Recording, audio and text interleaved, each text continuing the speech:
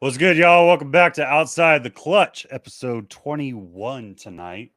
I have a dear friend on. Like this dude's like probably I'm not even gonna say probably like top two in the industry as far as best friends. Uh, this he has to listen to me way more than he probably wants to on the phone and shit. But what can I say? That's what best friends are for, right? Before we get to that, I want to say one thing. We For those that were paying attention to my Instagram, this isn't to throw shade, but it kind of weighs on my mind, right? Like we're trying to be professional here, we're trying to do our thing. Um if you're gonna be a guest, be a damn guest. Don't like straight just not respond because that's some horse shit. Um I'm Yeah, I'm gonna leave it at that because I just feel that way. Brandon, I love you, bro. I'm so glad that you came on here. He was nice enough to take the spot because I was really, really ticked off and was like, man, this is some crap. But that's part of the life when you want to be on social, I guess. Like sometimes stuff doesn't quite line up. That being said, just answer someone and say you can't freaking make the interview or something. Like don't leave them on red. That's some pussy shit. Now that that's out of the way, I'm gonna get to it. I apologize. Um, there's a couple things I want to hit before we hit the sponsor tonight.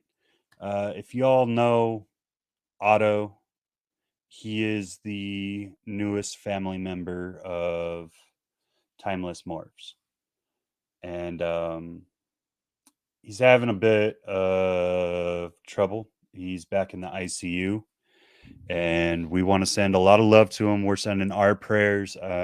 Everyone that is religious or has anything that they would like to reach out to the Timeless Morph family, please do so. Send them love. They could use all the prayers and love and anything we can do to support them right now.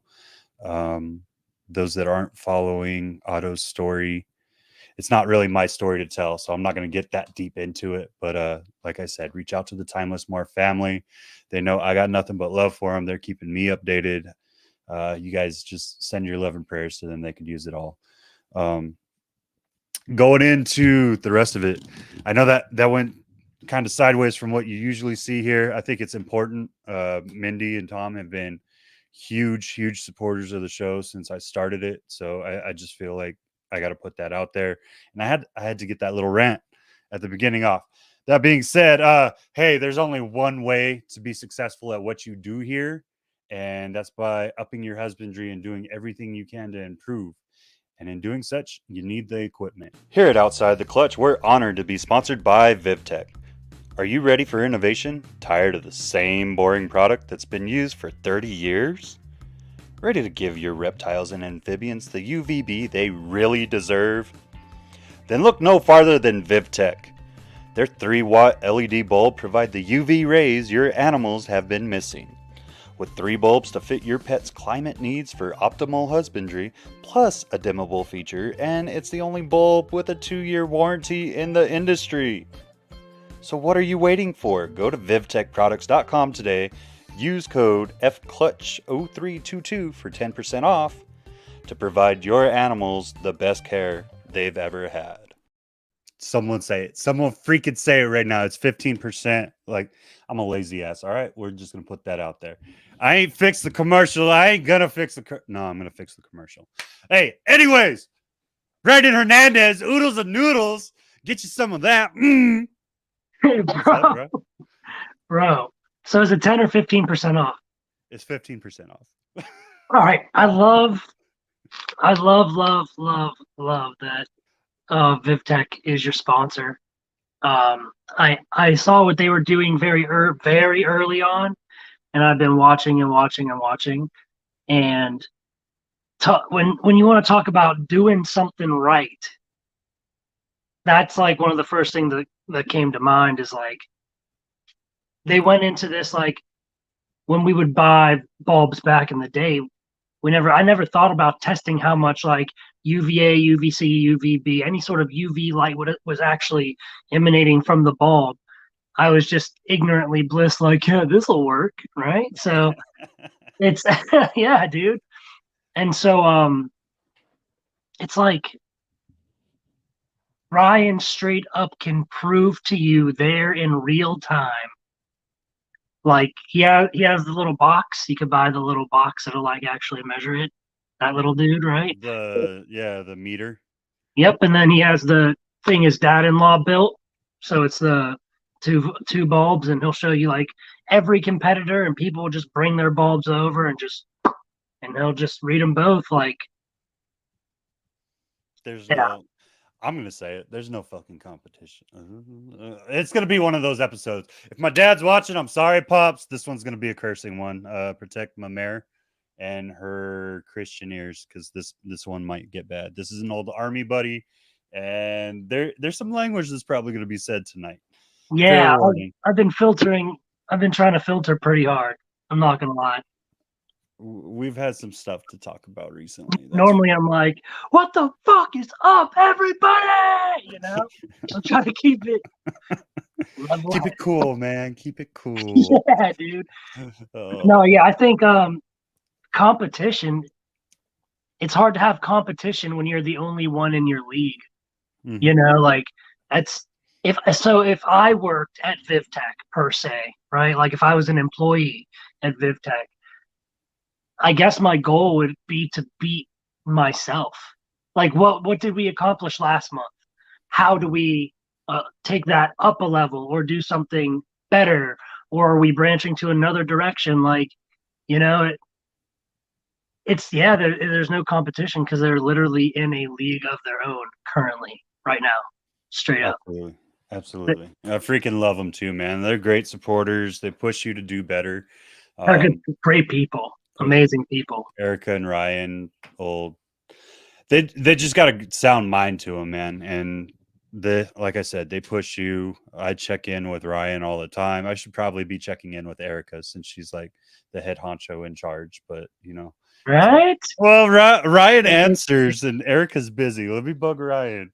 Well, he's But in California right now. yeah, Yeah. he's at the Super Show right now, man. Oh, that lucky. Oh, We'll be I there would love. soon, bro. We'll be there soon. I That know. was actually the first shows I ever. Well, take that back. So I can't remember where the first show I ever went to was, because I went in high school to one with Kim Paws. I have no idea where it was.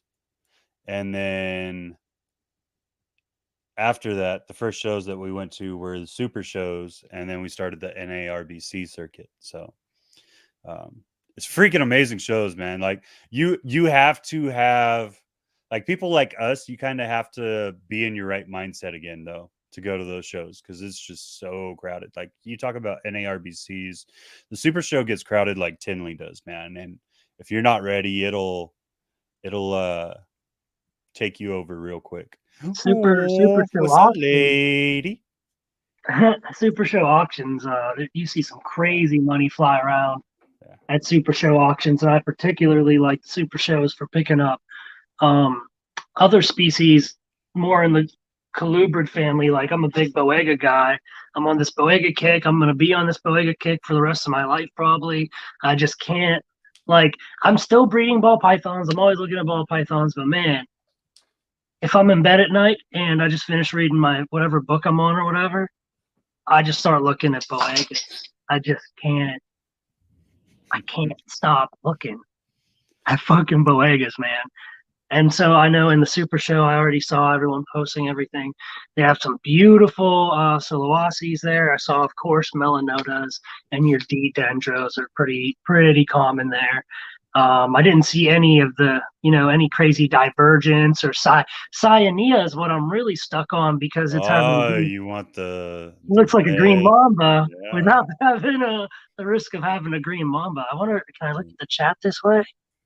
You should be able to see the comments. Yeah.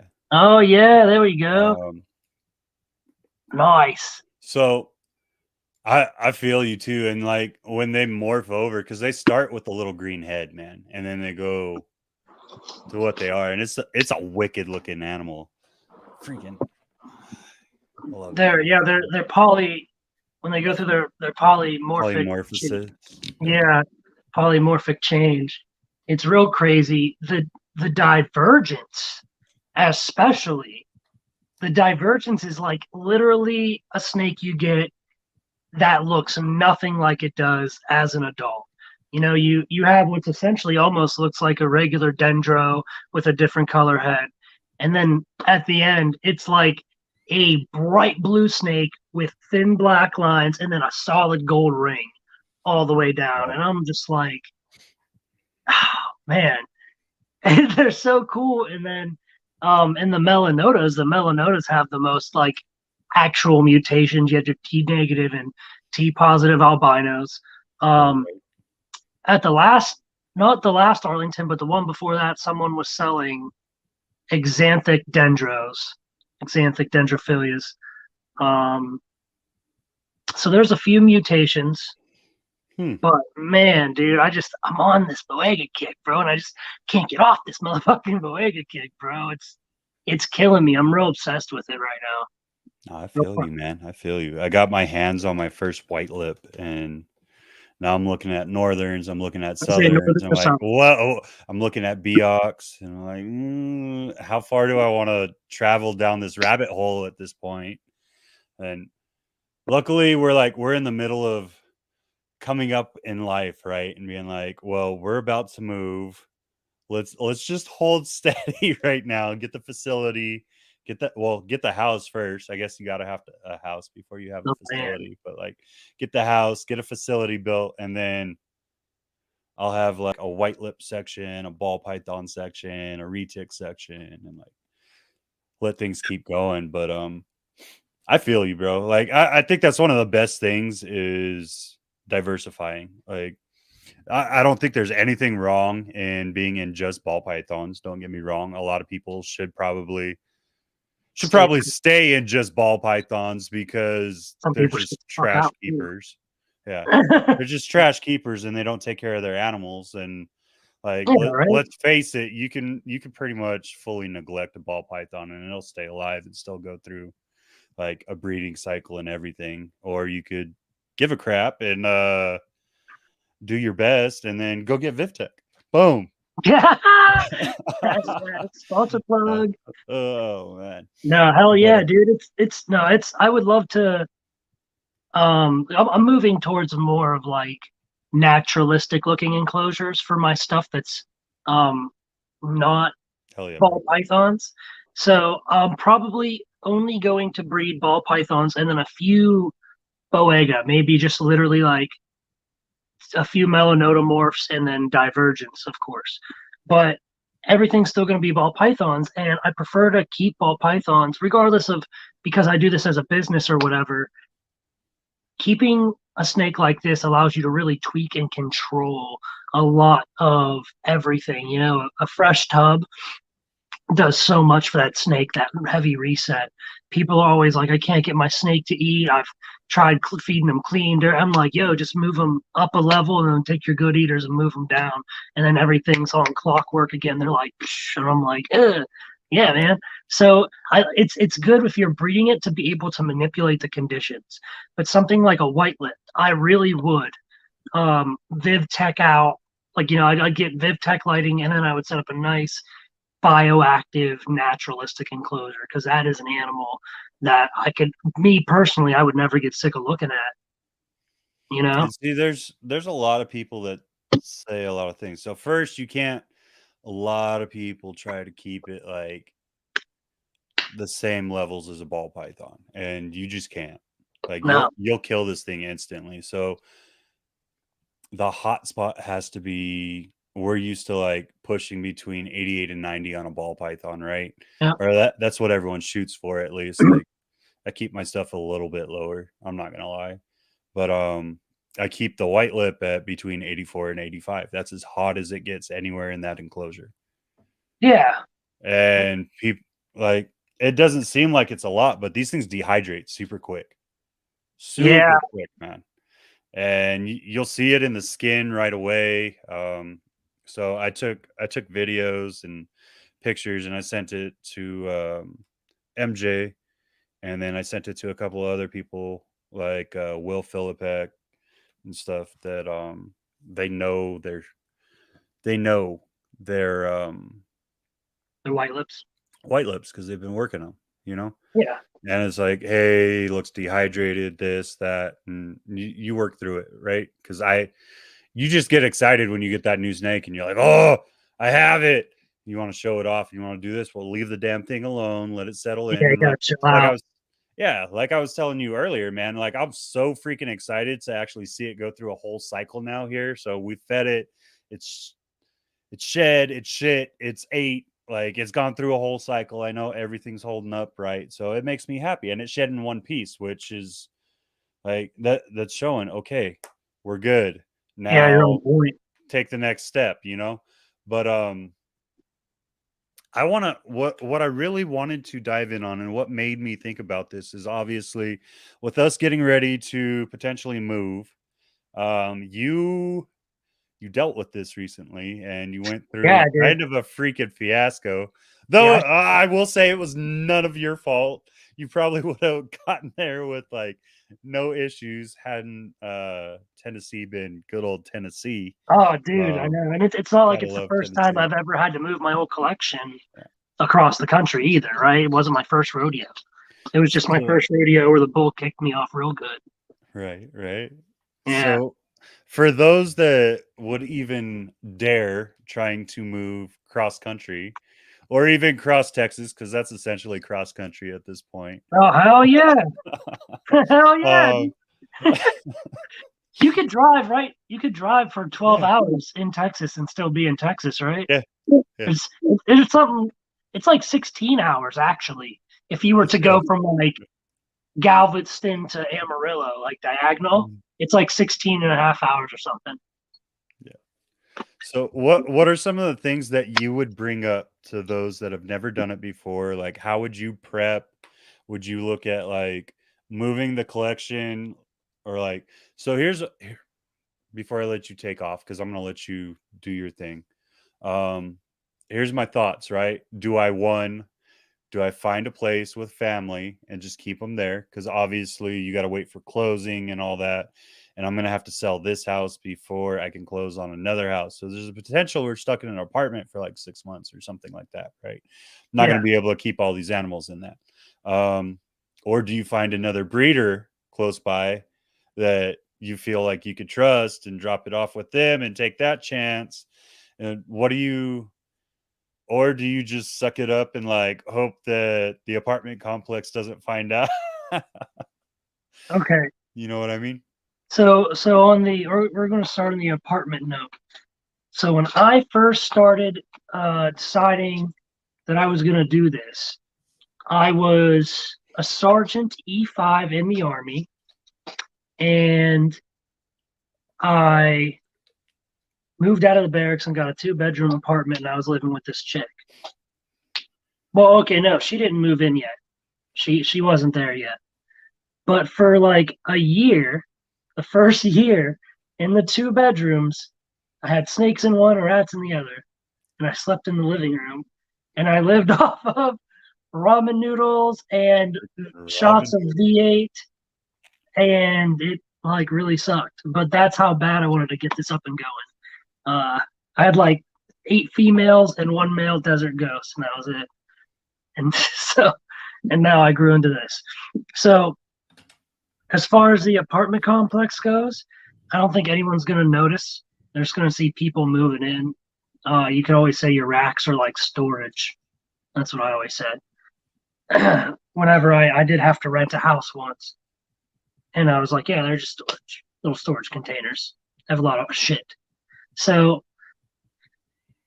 as far as moving, Literally, there's shit yeah, everywhere. literally, I'll let you clean it all.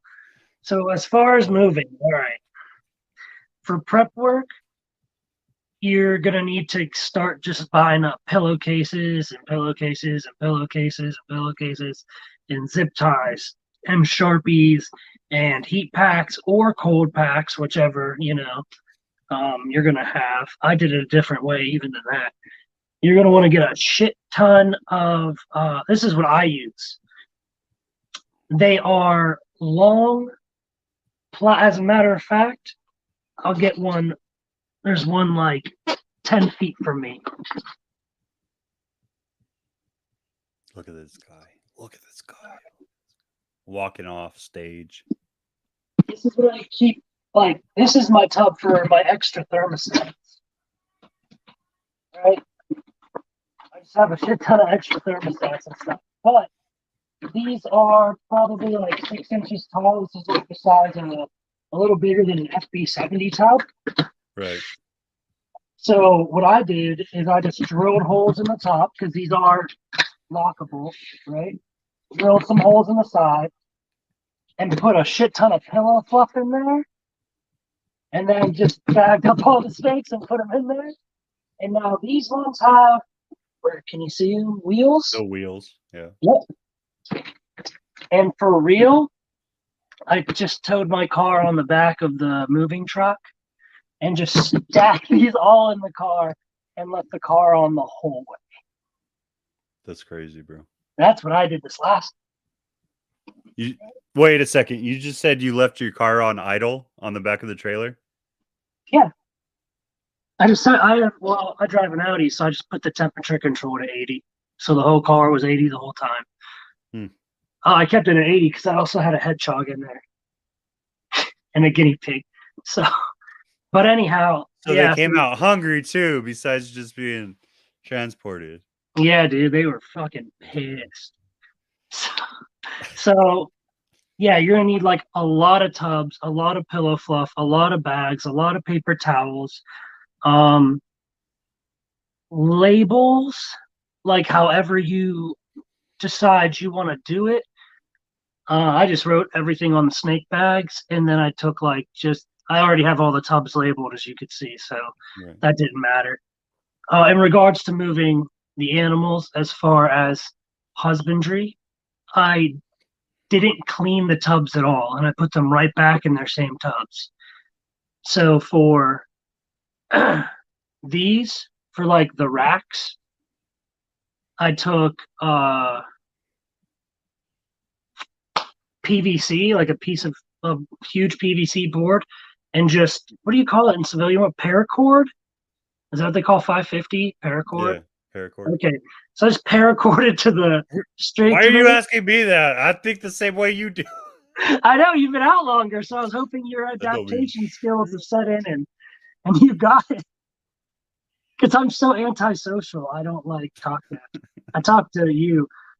So, and yeah, so you could paracord like a sheet of wood or whatever. Real quick side note: if you have the wooden rat racks and you don't have the little turn lock things on them, you could just take one long thin sheet of wood and nail it to each level, and it'll just act as a lock. So it's essentially the same thing with this, but a sheet of wood, and then you put the two like this and all like the multiple racks. You put them so the opening sides are facing each other, and so you do that with the rat racks as well. I also paracord down the water buckets. I left the rat racks totally like literally as is, rodents in them and all. And I just paracord the water bucket down. You're crazy, bro. Well, I was in the Army for 10 years. I could tie a knot and tie. Well, I'm not saying you can't tie a knot. I could tie plenty of non-slip knots that ain't gonna let it go anywhere, and I could tie multiple slip knots that'll not go anywhere until I decide it needs to release. That's not the issue. I'm just saying you're leaving rats in a moving tub. I do it every time. I mean, I guess that's how you transport them when you deliver them and stuff too, but that's crazy. Yeah, well, you just take the long piece of wood and then nail it to the rack so the tubs don't open. It'd be all right. And so the rats I put on one side of the truck and the racks I put on the other, the snake racks to even out weight. And of course, anything you can get in between them, like a bed mattress or whatever. But yeah, pillow fluff tubs, zip ties, Sharpies, snake bags, sticky notes. I'm a sticky note guy. So sticky note, painter's tape or whatever. Take your time. They're if you have someone who can help you, get someone who can help you, but prefer they work in snakes because you don't want like Right. if you have two bananas and one is double head clown pied and one is just a female banana, so you got the female or That'd whatever. be horrible, And bro. so yeah, you feel me? So take your time. Don't fuck that up. That's it. That's your money and your projects way, way later on. It's a lot of waste of your time. And time is not something you get back once it's gone. Right. Yeah, you need a storage plan just in case. So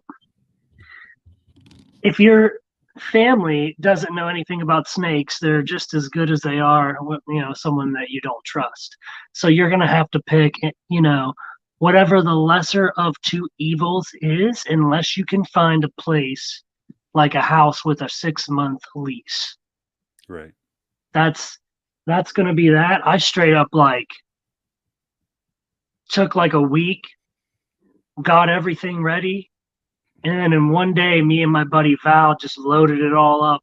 His wife was like bagging and labeling snakes and stuff, and that you dude, yeah, all in one night, and that was it.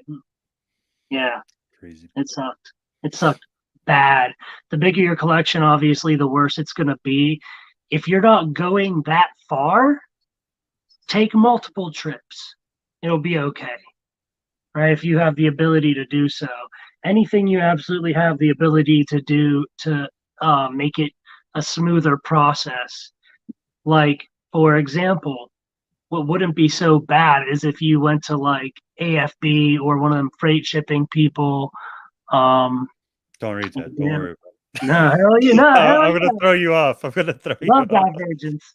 Um, yeah, they'll go to any freight shipping. I personally like Old Dominican, and they also do hemp bedding, not sponsored, but it is really good hemp bedding for rodents.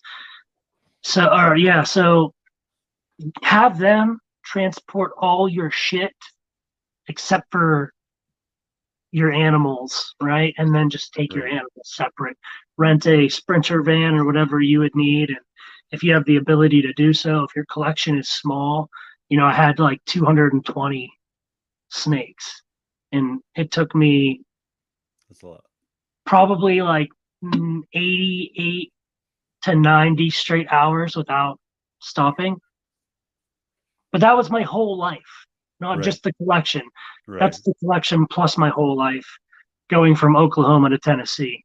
So about 50% of the US almost. Mm. And I did it all straight, nonstop. So it sucks. It sucks bad. But the more people you have to help, the easier it'll be. So if you have family that can help, have them do everything while you do the collection. You need to hyper focus on that because I mean, it's you've already invested money into it. You've already invested time into it. They're absolutely living creatures, right? And for me, I'm sure a lot of people know I had a bad accident on the way here, and I lost animals that like there aren't any of them out there to buy. I had the only ones. Like, you know what I'm saying? And I lost some of the things to even make those. So that whole project is gone, whatever. So like those things are just so irreplaceable, whether it's as far as monetarily, time consumption, your outlook on the future, because it just went to shit. So like now you gotta swap plans or figure it out and then um decide what you're going to do from there. So your collection, do not spare an expense to your rodents or your snakes. That is the biggest piece of advice. I think Getting that's something you and me talk about, and that's not just with moving, but just in general, right? Like everyone gets into this and they start looking at stuff and they're like, well, I want to save $1 here, I want to save $1 there. And sometimes saving that dollar just like in the grand scheme of things, it's not worth it. no, And I'm gonna be that asshole right now. I really think that a lot of people in the industry they don't have they don't have loyalty necessarily. Like it sounds bad, but I mean, oh no, his internet's crappy. He'll come back. Um, and when I say that in a manner of they're always flip flopping stuff just based off of what's cheapest at the time, and that's really hard to deal with. Like it sucks to deal with because um, just these people that have these brands that you become loyal to at a time, and then you just kind of let it pop out, and you just jump to the cheapest thing, and it's not always the best for the animals. Like that really freaking sucks. Uh, like if you're testing it, I understand that. That's one thing, right? Like if you're testing a new product, by all means, do your thing. Um, but if you're gonna test that new product, don't just jump to it because it's the cheapest. Jump to it because there's a reason why. And I understand, like those doing it for business, you have to keep a certain monetary point, and I just feel like as you're growing, you're buying more anyways. There he is. Sorry, I don't know if you heard any of that, but so like as a business, you have that monetary point, right? And Yeah, you have to ensure that it stays profitable. But like, where's the damn loyalty to the brands that you started with, things like that? And we see it in like kids shows, and you see it with me. Like, there's some times where, especially now, like I'll talk about it. Like, I've always used Repchip. I have same. always used Repchip, and I love JT, and we have the veteran thing going on, and there's been a lot of talk between me and other people here, and they're like, "Hey, would you want to go in on a pallet so we could get it like super cheap on another brand?" And I'm like, that would be nice.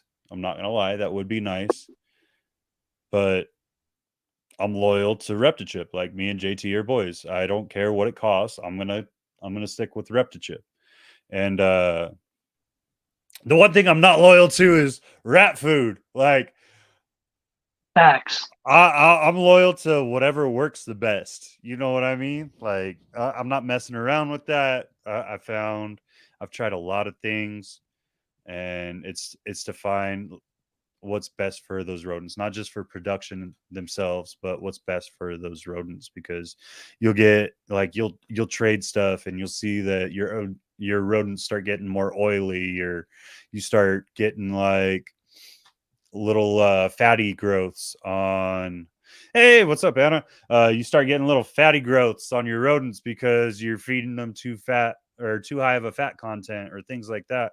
And it's like, so I'm always playing with that, and I'm always playing with supplementation of real food versus just the food that we give them, because I don't Yeah, think that anything provides exactly what they need in their diet. We say like Missouri, not knocking them, but they say that they have like the best output, and it's made for like zoos and all this, and they've based it off of actual diets. But man,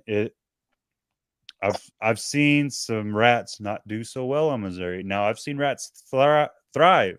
Don't get me wrong, like absolutely thrive on Missouri. I'm talking about like I had a couple of colonies that were putting out like over 20 babies per litter on Missouri, and I was shocked. But then I had some that just didn't do as well. But that's one of the things, man. Like it's loyalty to the people that you kind of started with, and where I was going with that, not just for like the betting or anything like that, is loyalty to the people that you come up with. You know what I mean? And I've had the pleasure of having some people with a lot of history here in the industry, and actually next week we have an OG in the industry one again. of my Super favorites. excited. Yeah, man. And so I've talked about that, and I've talked about how they've maintained their circles. And so it's not just loyalty to the brands that you love, but it's maintaining your circle. and it's giving love to the people that give love to you throughout your time here. Like there's people that have been in the industry that are maintaining the exact same circles that they started with. It's like you and me, right? Like we found that connection through the army and just through our personalities, because we're kind of the same Yeah, person, give or take. I'm not going to say fully the same personality and stuff like that, but we're kind of the same person. We have uh semi similar backgrounds, not just we through the have armies, but yeah. we have a As far lot in as common. So upbringing and yeah, we have a lot yeah. in common.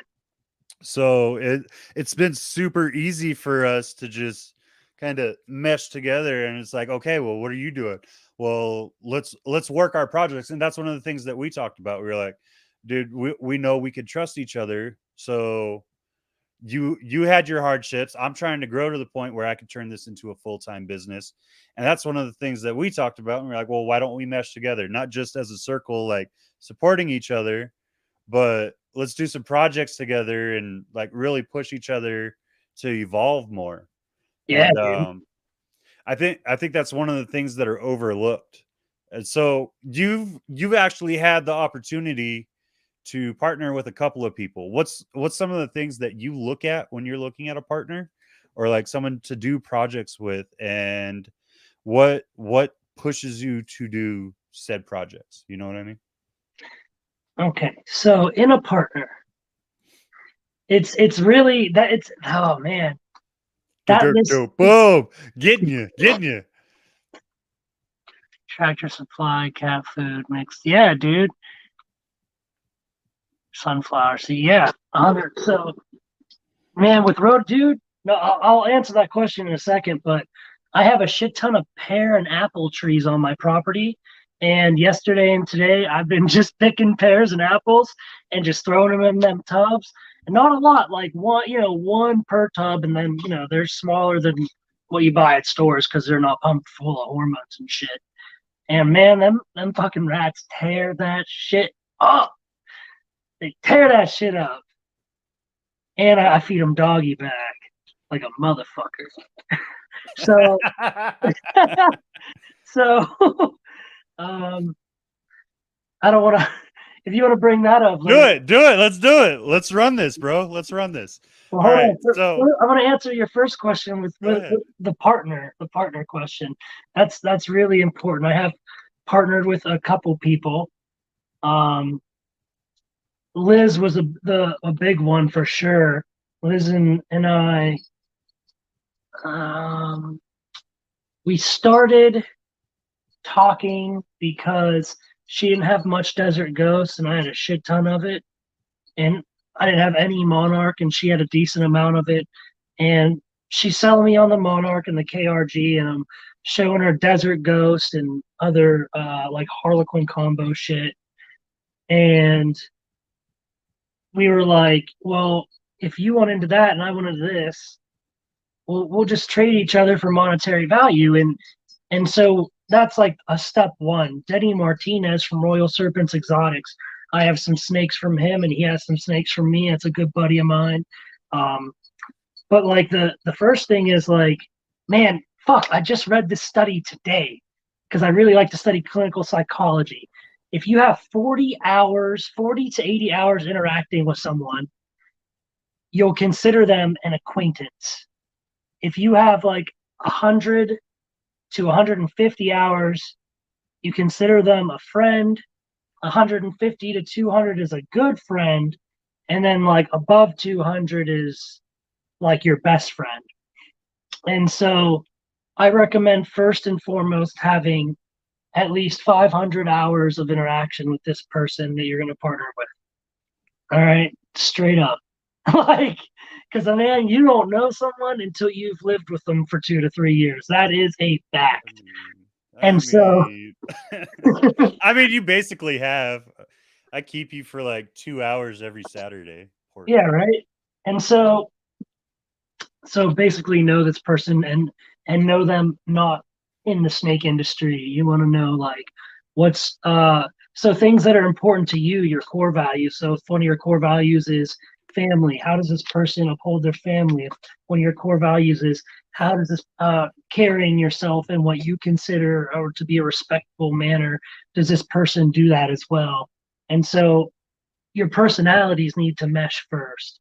Nextly, you guys need to have similar taste as well. 50% similar taste, 50% opposing taste, because you need to be like, okay, well, let's take this in this direction, but look at this over here. And then eventually you guys find this weird common middle ground that neither Bro, one of you this thought. wasn't a study. This was our conversation yesterday. I know, but I read the study today, literally like 6 hours ago. Yeah. I was curious because for those This of you literally sounds like our damn conversation. I know, right? I'm like sort of adopted. Like my best friend Kyle, his family took me in when I was a kid or whatever. Great people, and I call them my family. But I was curious on someone like me who has a very traumatic childhood. How would many hours or how much time would it take psychologically for me to earn things like trust and look at things like family? Like when do I look at Kyle's mom like my mom? Is it going to be a profound event that occurred, or is it going to be small, consistent events that occur? And how much time does that take? So I dissect my mind every day and I start asking myself these questions, and then I have to find the answers to these questions. So you need to ask yourself those questions, but about your partner. So 50% opposing taste, 50% similar taste. John and I really like Monarch, Puzzle, Desert Ghost. And so it's like, Shh, shh, shh, shh. and Don't so, give yeah, it all away, man. everyone, what, Damn. man? I was just like- I'm not pulling the secrets out of the pants, trust me. And so, like, we have a lot of similar tastes, but John also likes hypo stuff, and I'm over here, not really. And then he has some other stuff that, and I'm just like, not really. And then, but I have stuff where he's like, no, I don't like that either, like pie stuff. And so, but it's good. It's good to have that. You need a little bit of conflict, not in a bad way. Nextly, 100%. and this is like so this is like the most important thing, because this will even dictate if they screw you over or not, really, at the end of the day. So no one's going to care more about your career than you do. Your partner needs to care just as much about your success as they do about theirs. It needs to be literally that equivalent. And so when you decide to do breeder loans, you should you should already know how this person's keeping their animals. This is like common sense shit you should already know by this point. When you decide to go into the breeder loan, you have to be like, all right, you have to be transparent about your collection. I'm definitely not to most people. Uh, but John knows a lot of what I have, and so I know a lot about what he has.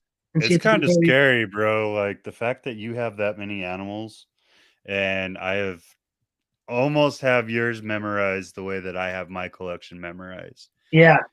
It's it's a little bit scary, but that's how often we talk, I think. And that's part of it, because we'll be in the snake rooms and we'll be cleaning or something while we're doing our conversations, and we're talking about how we want to work projects and what the breeder loans should be, or like how we want to work it together. And it's like, damn, look at this one. And then start going off on a tangent about it. And it's like, man, like, okay, he has that. I know he has that. I know he has. Man, I would work it like this way, but he's saying this way. Yeah. I mean, your damn collection keeps me up at night as much as my damn collection does. Dude, I like the first thing I can never like, especially when I cut some eggs, or something. And when I set up the hatchlings, as soon as I wake up, that's like what I want to do. I want to go and I just want to look at them. Yeah, I just want to see if they're doing good, see how they're coming out.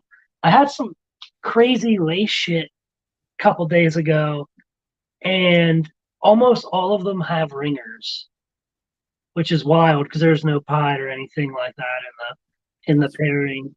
no possible het stuff even. There might be a dinker in that pairing floating around. I'm trying to figure it out still. But Mm.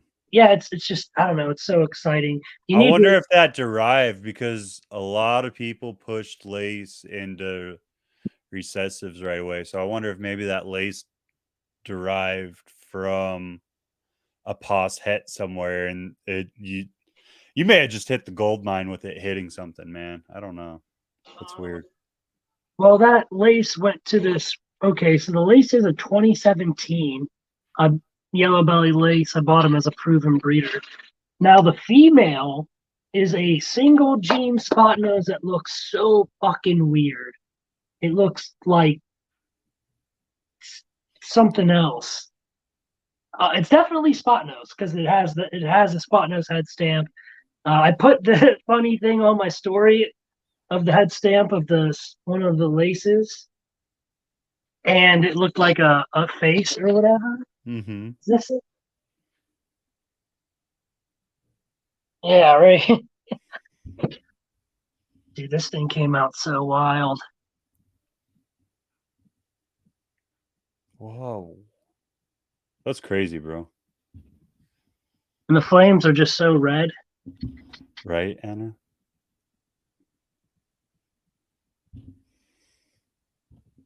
Yeah. But Does it's someone like weird? I like weird. I like weird. Or some would say weird. And so That's it's perfect. definitely I spot like it. nose, Yeah. but Definitely lace. it's definitely yellow belly because of that flaming. But I think this is all three. But man,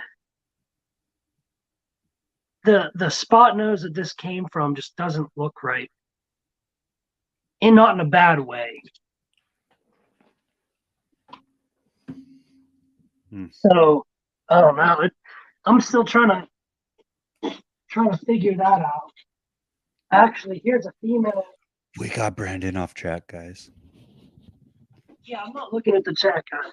Sorry. No, I'm not even talking about the chat. I totally made you go off on a tangent from what we were talking. Oh yeah, I'm about to get into how I'm feeding doggy bag here in a second.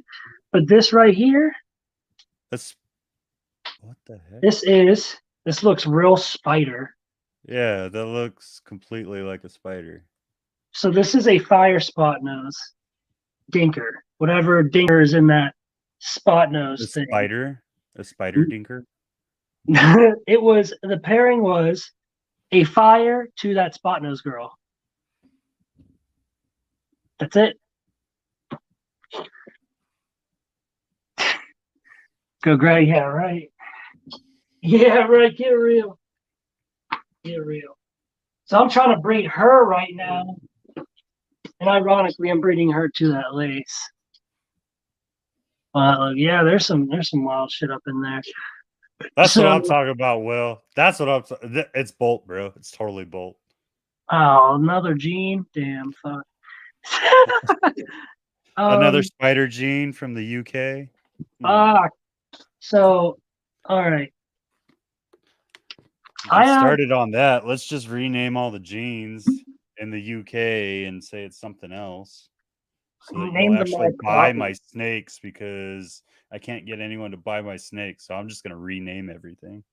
I would name them like the right way. I'd be like, this is a het pastel, and this is a pastel, and it's a super pastel. Just name them all correctly. But my rodents thrive more than when I feed them nothing but doggy bag. I'm not even kidding. If I feed them literally nothing but doggy bag, that's what they thrive the most off of. I fed them Missouri. Full disclosure, I only breed African soft furred. I don't breed mice or rats, but I have bred mice and rats. I started with mice and rats first for a couple years, and then I moved into soft furs. I think I've been breeding soft furs for 7 straight years now. But I put them on Missouri, they quit producing. I put them on that fucking hog pellets, they quit producing. Or no, they produce a little bit, but not as much. The cow pellets they do really well on, the 20% blue bag ones. I do like that, doggy bag, sunflower seeds, and then fruits and veggies. And they do And I do have this. This is gonna sound fucked. I have this one rack of rats, African soft fur rats. I call it my experimental rack. So they get like whatever's left over, like pizza crust and fucking, Fucking mad scientist over shit here. like that, just to see how it affects them. Right. And so far, they're a-okay, man. They're just like they're doing just as good as the other ones, but except they get like pieces of donut. What the fuck? Gross. That's gross, bro. Yeah, man, they just get whatever, just like a regular rat would eat trash. The rats in Brooklyn are like the size of a goddamn chihuahua. They will take slices of like whole pizzas away, and they eat trash all day. So let's talk about it, because there's a thing coming out where most of the stores are discontinuing doggy bag. That's So what I've heard. So if that does happen for you, so we just now started hearing it, and I was like, well, are you still going to offer it online, stuff like that? And they're like, we don't know. They might discontinue this SKU altogether, but we don't know.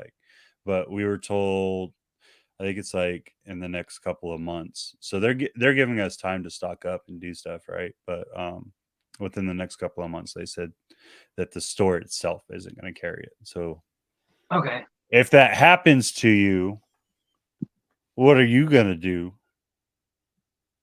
So what I would probably, if let's say it happened just right now, bam, I would go get some Meow Mix and Meow, then meow, fuckers, meow, meow, meow, meow. yeah, the little ones that are Oh, no, I'm going to get copyright strike for the ones freaking no, doing their jingle. you didn't finish the song. It's okay. They're shaped like little X's, and they'll tide the rats over for like a week or so until I decide what I'm gonna do, and then from there, um, I would try this stuff. Oh, fuck a duck. I can't remember what it's called. There's a place in Tennessee called Co-op. CO space OP. I don't know if they're all over the place. I've only ever seen them here. They're kind of like a Tractor Supply. Right. And they have this one food. Brian Carter feeds it to his ASFs, and it like smells good. Like it smells like apples and shit, and it's like amazing. And I would love to try it, but the closest co-op is way far away because I lived in bumfucked Egypt, and they don't carry it. I have to like pay for the pallet to get delivered there. Right. So So I'm gonna hit this real quick. So Will's talking about Retriever. So Retriever's the other brand of Tractor Supply. I don't know if anyone's looked into this as far as dog food. The issue with that is some Tractor Supplies only carry the Retriever food that has the dye in it. So we have 2 Tractor Supplies in El Paso. Now I could drive to the one that's almost 40 minutes away and over the mountain and get the Retriever brand that doesn't have dye in it. But if I go to the one that's only 25 minutes away, because it's such a huge difference, right? I could get the one that only has dye in it. So it all depends, man. It really all depends. But that is the other. So I think what they're trying to do is, I think Retriever's honestly probably a higher markup for Tractor Supply, and they're trying to phase out doggy bag to push the Retriever because they're both made by the same company. They're just branded differently and put under different labels so that they both sell. So here's another thing I'll hit on that I think it's real important. It's a two-piece thing. The first thing is nutrition, right? So for those of you who've never been to a nutritionist or a dietitian or never looked into anything like that, learn real quick. It's not that hard. You just got to do a little math, and you can YouTube it. It'll take 3 to 5 minutes to learn how to calculate macronutrients. What is it? F10 Missouri is the rat food. F or I think no, it's Missouri F10. Right? 6F. or 6F, but F10 is Missouri the shit you 6F. use to clean with. Yeah, Yeah, F10's okay. the cleaner. Yeah, F6, whatever. That bullshit. Look, if you calculate that You macro, know what? I got an F2. Nah, hell yeah, I have a I'm just Ford I'm just F-150. hey. so, so fucking, if you calculate the macronutrients that are in the Missouri rat food, it's almost exactly the same macronutrients as what's in doggy bag. And now the second part to this is the more important part, in my opinion, which is it doesn't matter how much nutrition you're going to push into your animal if your animal does not have the correct digestive enzymes to use it. Right. So that's why it's really important to feed naturalistic diet or as close to that as you can. So here's an example. Bluey Buffet, which I believe is made by Rapashi, Mhm. is mostly the same ground insects that a blue tongue skink would eat. So it's like the same shit, but in a powder essentially, right? Just like a protein shake, your whey proteins.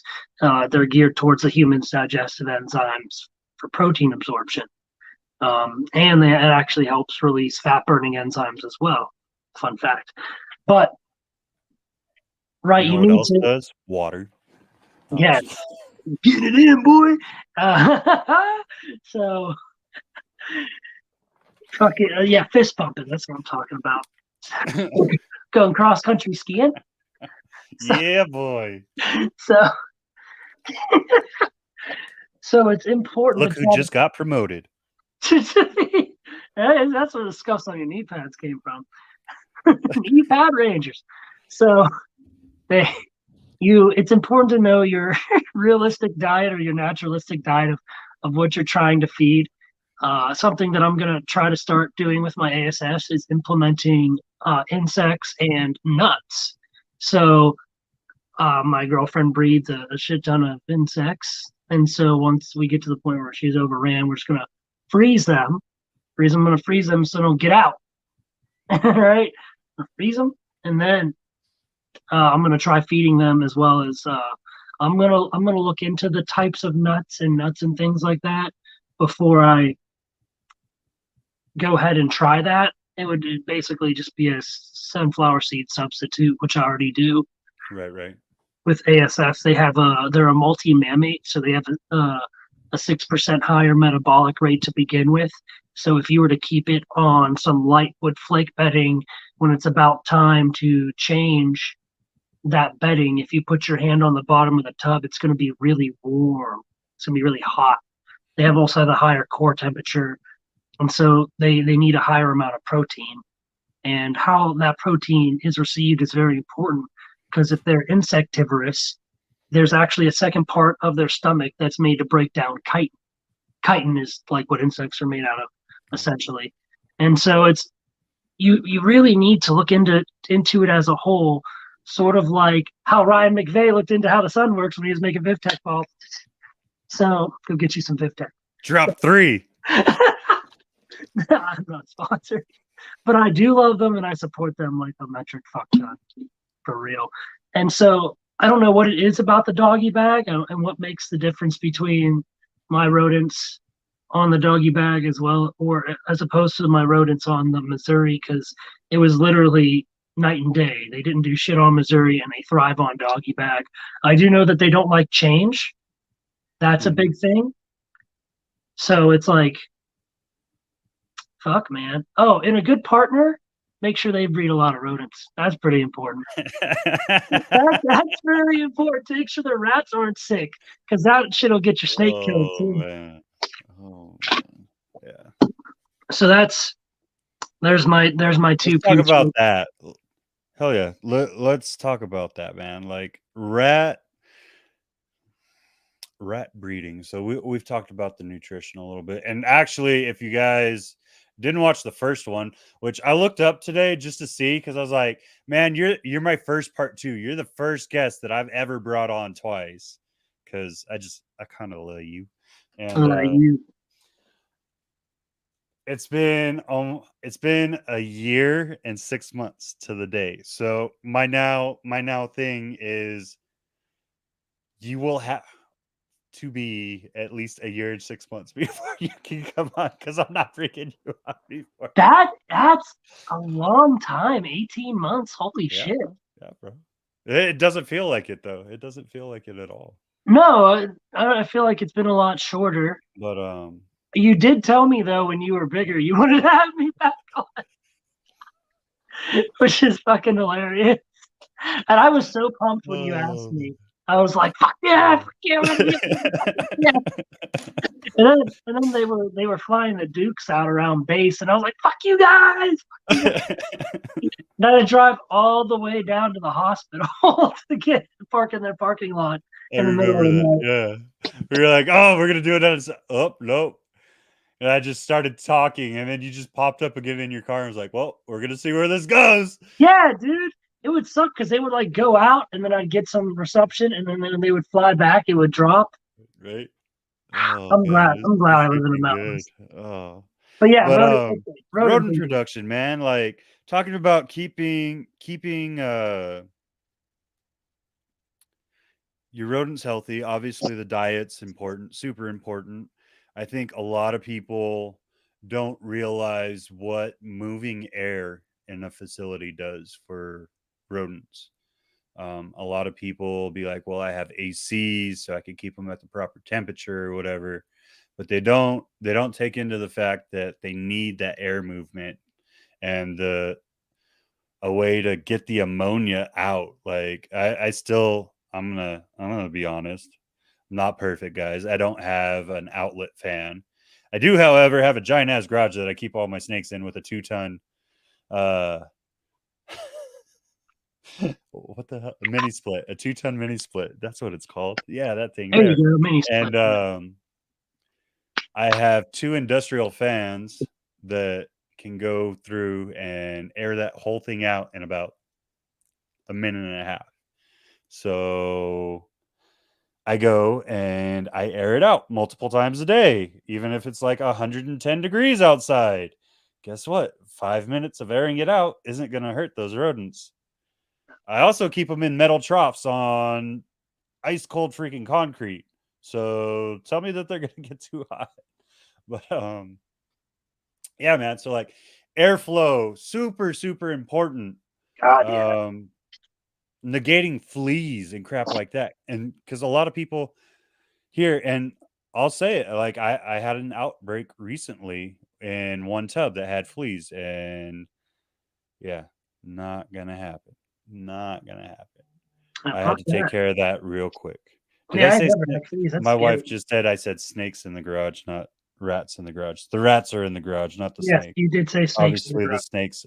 Why didn't you correct me? What a jerk. You're on a roll, man. I don't Yeah. wanna, you're on Dude, my fire. mind goes a thousand miles. I didn't You want got to me put going. out I'm your like, fire, man. I want you to burn, baby, burn.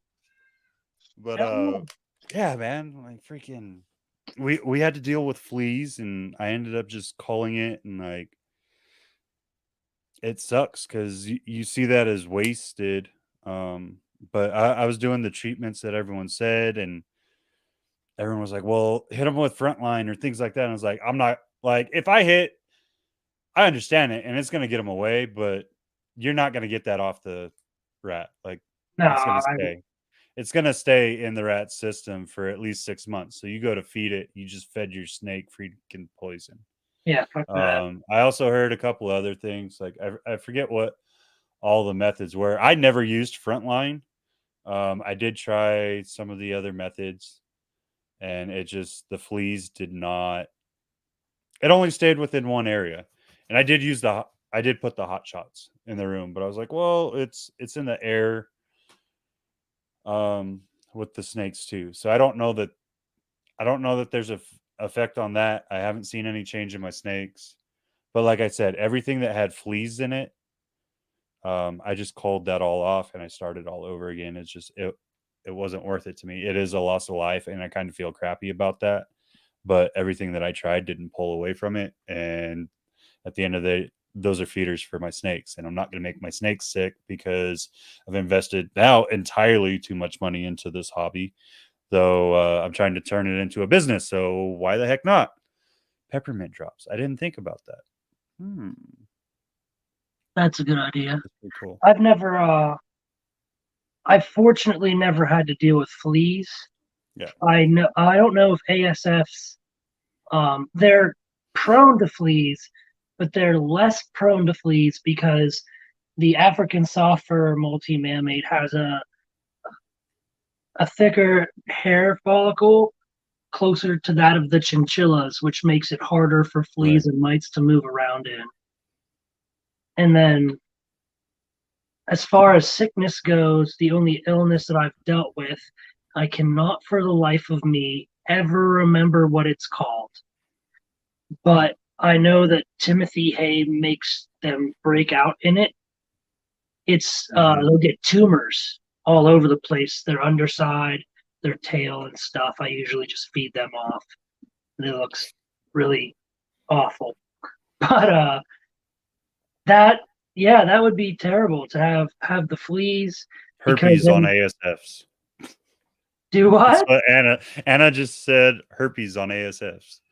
Yeah, so Anna knows like exactly what I'm talking about. I bet it looks really, really. I just fed one off today like that, and it also does happen a lot in the older rodents, sort of like how Norwegian rats just get fatty tumors when they're older. Yeah. It just same with dogs and a lot of mammals. Um, period. But yeah, moving air. All right, what were the two things? So I switched to hemp bedding because with the research I found, there's actually a cannabinoid within the hemp plant that neutralizes ammonia. And I have one of the little tower fan filter things, and I can flip this switch and it shoots out negative ions, which also neutralize ammonia. So between those two of my ammonia neutralizations, I also have a fan on top and a fan on bottom that like go back and forth like this. I have a fan in the center that shoots air right down the middle, and then I have the exhaust fan that pushes it out. I can get about 20 days out of my bedding on ASFs, That's insane.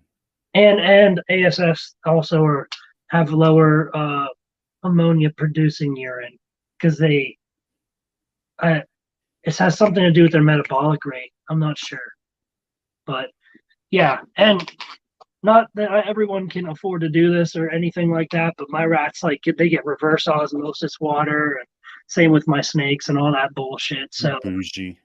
yeah, My well, whole system, my whole house is on a 2-tank water, like a double osmosis water system. So yeah, I know exactly what you're talking about. yeah, because first of all, the water here, at least where I live, the water is unsafe to drink. Yeah, Like straight from the tap. Now, granted, I did it when I was a kid, but yeah, me too. we actually had it tested, and it was like the alkaline levels in the water here were unsafe to drink.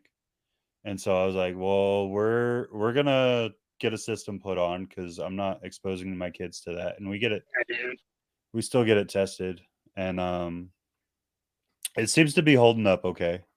And it was destroying like the alkaline levels were destroying all of our fixtures like within a couple of months, bro.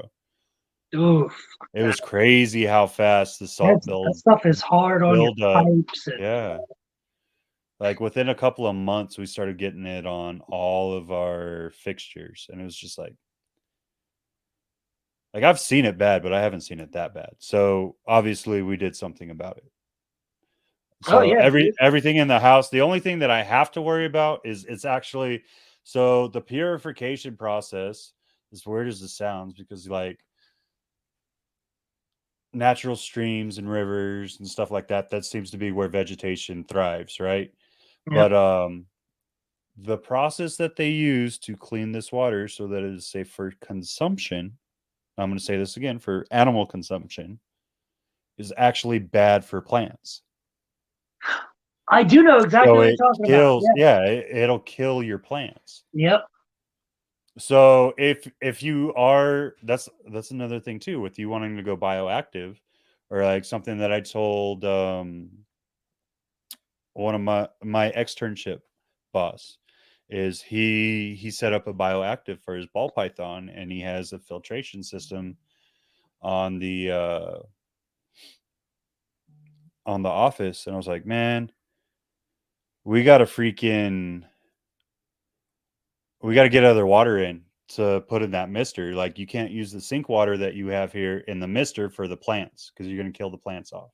And he's trying to put like these what the heck are they? It's like those big fanned out leaves. I can't think of what it's called, but What's it used for? uh ivy. Is it ivy plants? Or it's one of the non-poisonous plants for animals that they use in bioactive setups.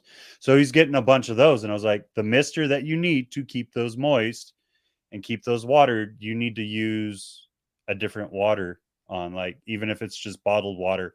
Although bottled water is super acidic, Yeah. if you haven't, like, for those that don't know. So like Earl, even though he's my mentor, and I'll never talk bad about the way he does stuff, he uses bottled water for everything. It's super acidic. Now, he hasn't had any negative effects, but it makes me kind of wonder, like, and maybe that's just the nerds in us, where we're looking at it as a higher, because these are wild animals, man. Like, they're gonna adapt more Yeah, they'll than be likely, fine. you know what I mean? But I really wonder if stuff like that will have an overall effect on, like, the lifespan or breeding ability of these animals as well. I don't know about the life. That's a tough one. The lifespan, possibly long term. I don't think the. Uh, I don't know, because when you test something's fecal matter that is consumed water from a plastic bottle, it's always has carcinogens and microplastics in it. Always, no matter what. But Like your it. body, like, so how much of your body, or how much of that was actually retained in the body versus the fact that you're just pushing out waste? And then we'll jump on that here in a second. Will, I just threw it up there so I don't forget it. You can leave it up there. I'll read it later. All right. Yeah, how much of your body is actually you? That comes Yeah. back to, like I said earlier about the digestive enzymes and stuff your body will detect foreign matter, and that's why it pushes it out of your shithole. So like it's it's hard to articulate this. Plastic hasn't been really around long enough. We have some long-term studies on it, but the technology to do the long-term studies we have now. So we need the time to repass. But So here's what you do with that. And I'm going to say this, and a lot of people are going to get pissed off, but it's going to go back to our history, right? So the military, if you guys don't know, is not just a fighting force. we guinea pigs, son. The military is the guinea pigs for any social project and Medical. any medical testing that the US wants to see done. So for deployments now, you don't get water locally. Like, you don't get treated water, anything. Shit, 90% of this water towers in the US at posts are actually beyond, like, non-drinkable, but they Oh don't yeah, tell the soldiers that. they're just there for But show. when Yeah. when you're overseas, you get nothing but bottled water. Not only do you get nothing but bottled water, but they drop these cases of bottled water underneath a concrete slab in 120-degree heat, so the carcinogens mix with the water even more, So bad. because the heat makes an osmosis effect between the water and the plastic, which, like, we could go into all that crap, but just think about it. So yeah, So you're dealing with that, and then you see a lot, like I said, the studies essentially in front of our eyes. Look at how many veterans pop up with cancer in their 40s, their 50s, their 60s because they've had to do this for an extended period of time. But yeah, man, rant box. I have the what do you call it? I'm on the list for the shit The where shit burner, you had to burn the the poop and burn pits. the burn pit You're a shit. Yeah, burn pitter. I'm on the thing list for that or whatever, the watch list for that because I burn so much poop. Ugh. Stir it, stir it. Um, so we'll jump back to this. So this is one of the things that you and me have talked about a lot of times, and I think we stepped on it when we were talking about nutrition in the last episode. Is those growths as they get ready to retire, things like that. Now he's saying warts. I've never actually seen a wart pop up on any other rats yet, but the fatty tumors are essentially just that. They're non-carcinogenous and they're just fat. And that's something that I've actually tested out myself because it was one of the things that you said. And I was like, man, I love Brandon and I trust Brandon with my whole heart, but damn it, I'm going to figure this out myself. You know, you got to do your research. But 100%. I agree. so I've heard like, of everything. yeah, So so the freaking the fatty tumors that pop up on your rodents as they get older, as they continue eating, or potentially they're eating more and they're becoming more, um, they're storing more fat because you're overbreeding them as well. Like if they're not getting a rest period, you're gonna yeah, overbreed these rodents because we figured out. So there's I want to say it's a 27 day, 21 day, 27 day gestation period for rodents. I forget exactly what it is. Um, and with that, you can essentially wean a rat, put a mom or put a female with a male, and within a day or two, she will become pregnant again, right? Because she's gone through a full cycle. And if you continue to do this for an extended period of time, they intake more protein, or their body holds the protein because that's what's helping them produce the protein in the fats. I'm sorry. Um, that's what's helping them to produce milk consistently and helping them to create these babies. And so their body's telling them that they need more of this. And because their body can't take all of that, and that's what they're craving, they're creating these freaking fatty masses. It's like what the hell is it called? It's a it's a type of cyst. It's the non. I had like multiple of them removed from my body, and I can't even think of what they're called about now. Um, malignant or they're malignant tumor. no, no. Well, it's but there's an actual. So it's a fatty tumor that grows in your joints, and they have to remove it. Oh, that sounds And horrible. yeah, so I had it removed from my feet and my wrists. So Mm, it looks like I tried to like cut my wrists at some point because of the scars. It's freaking awesome. I'm an But emo. Not conforming as can be. yeah. Super evil, guys. Um but so and they said there's the potential for it to grow back, but what I found was they formed when I came back from my deployment. Well, when I was on my deployment, I had a very strict diet because I didn't like anything that they really gave us for food. So I ate the chicken breasts and I ate a crap ton of broccoli. So I had a super lean diet, even though I was still fatty, and I enjoyed the beers when we were able to have the beers. Not that it happens very often, but Near like beer. yeah, yeah.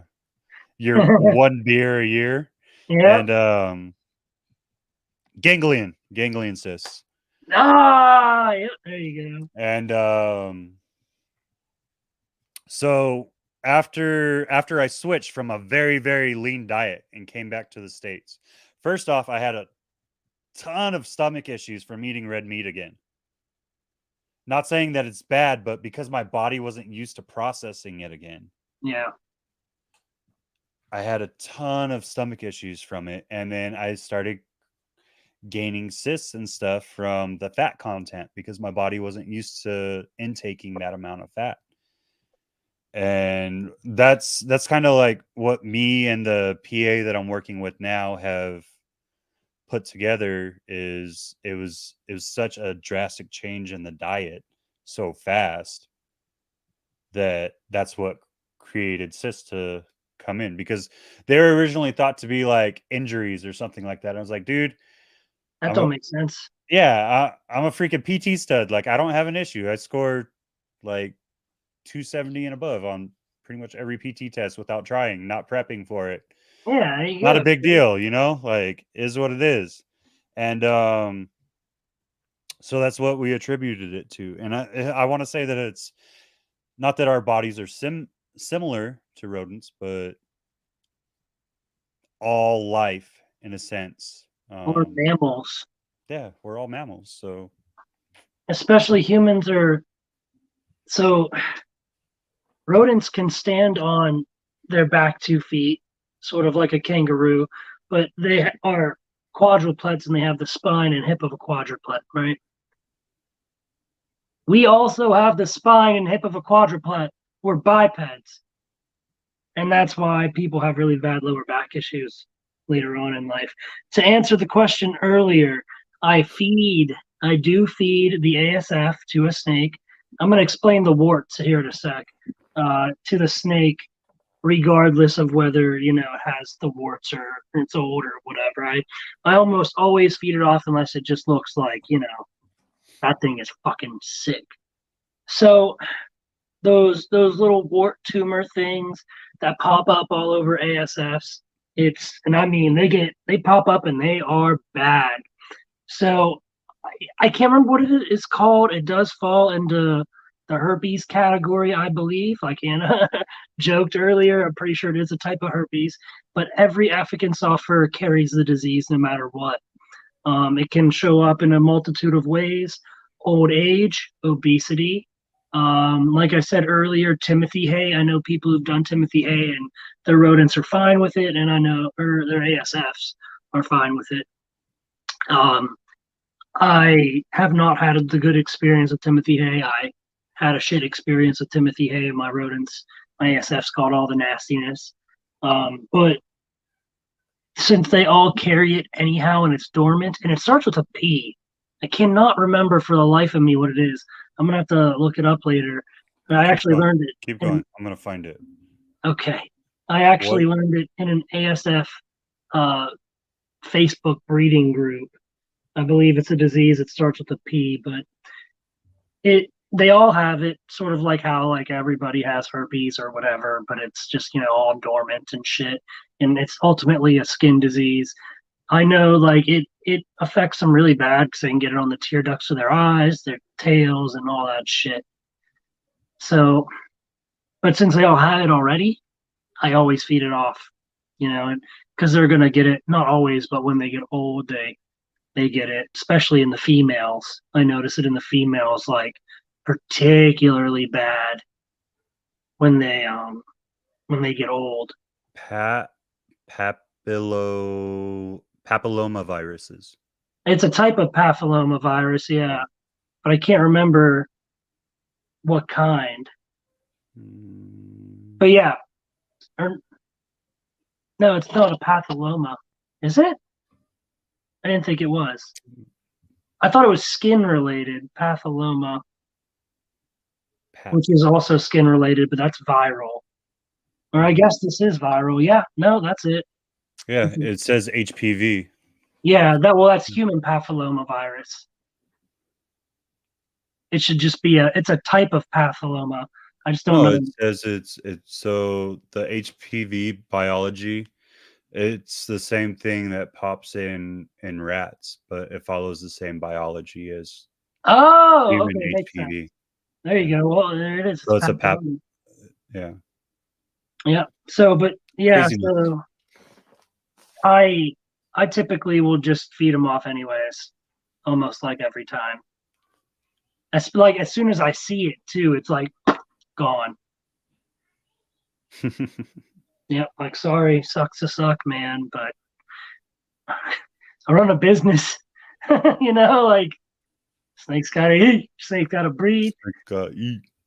But yeah, that's pretty much it for my rodents. Is just no Timothy hay on hemp, moving air, filtered negative ions, RO water. I don't know why doggy bag works so good for me. I really don't. I think it really just depends on the people, man. Like, and this is going back to it. Like we always say, get your advice, but don't follow what they're saying exactly because everyone's going to be different, regardless of where you are in the state, regardless of what you're doing. Like the person that's like a couple hours away from you, you can mimic exactly, and it may not give you the same results. Like you just Yeah. take it with a grain of salt, realize it is what it is, and yeah, I mean, that's the only way I can really say it, man. Like, take all advice with a grain of salt. It's not set in stone. I do Yeah. not have a lot of waste with doggy bag. Like, honestly, I have to fill my stuff up every other day, and they will eat literally every single piece every other day.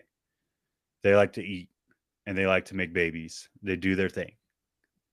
Yeah. No, I redid some of my racks and used the 1/4 inch mesh or whatever.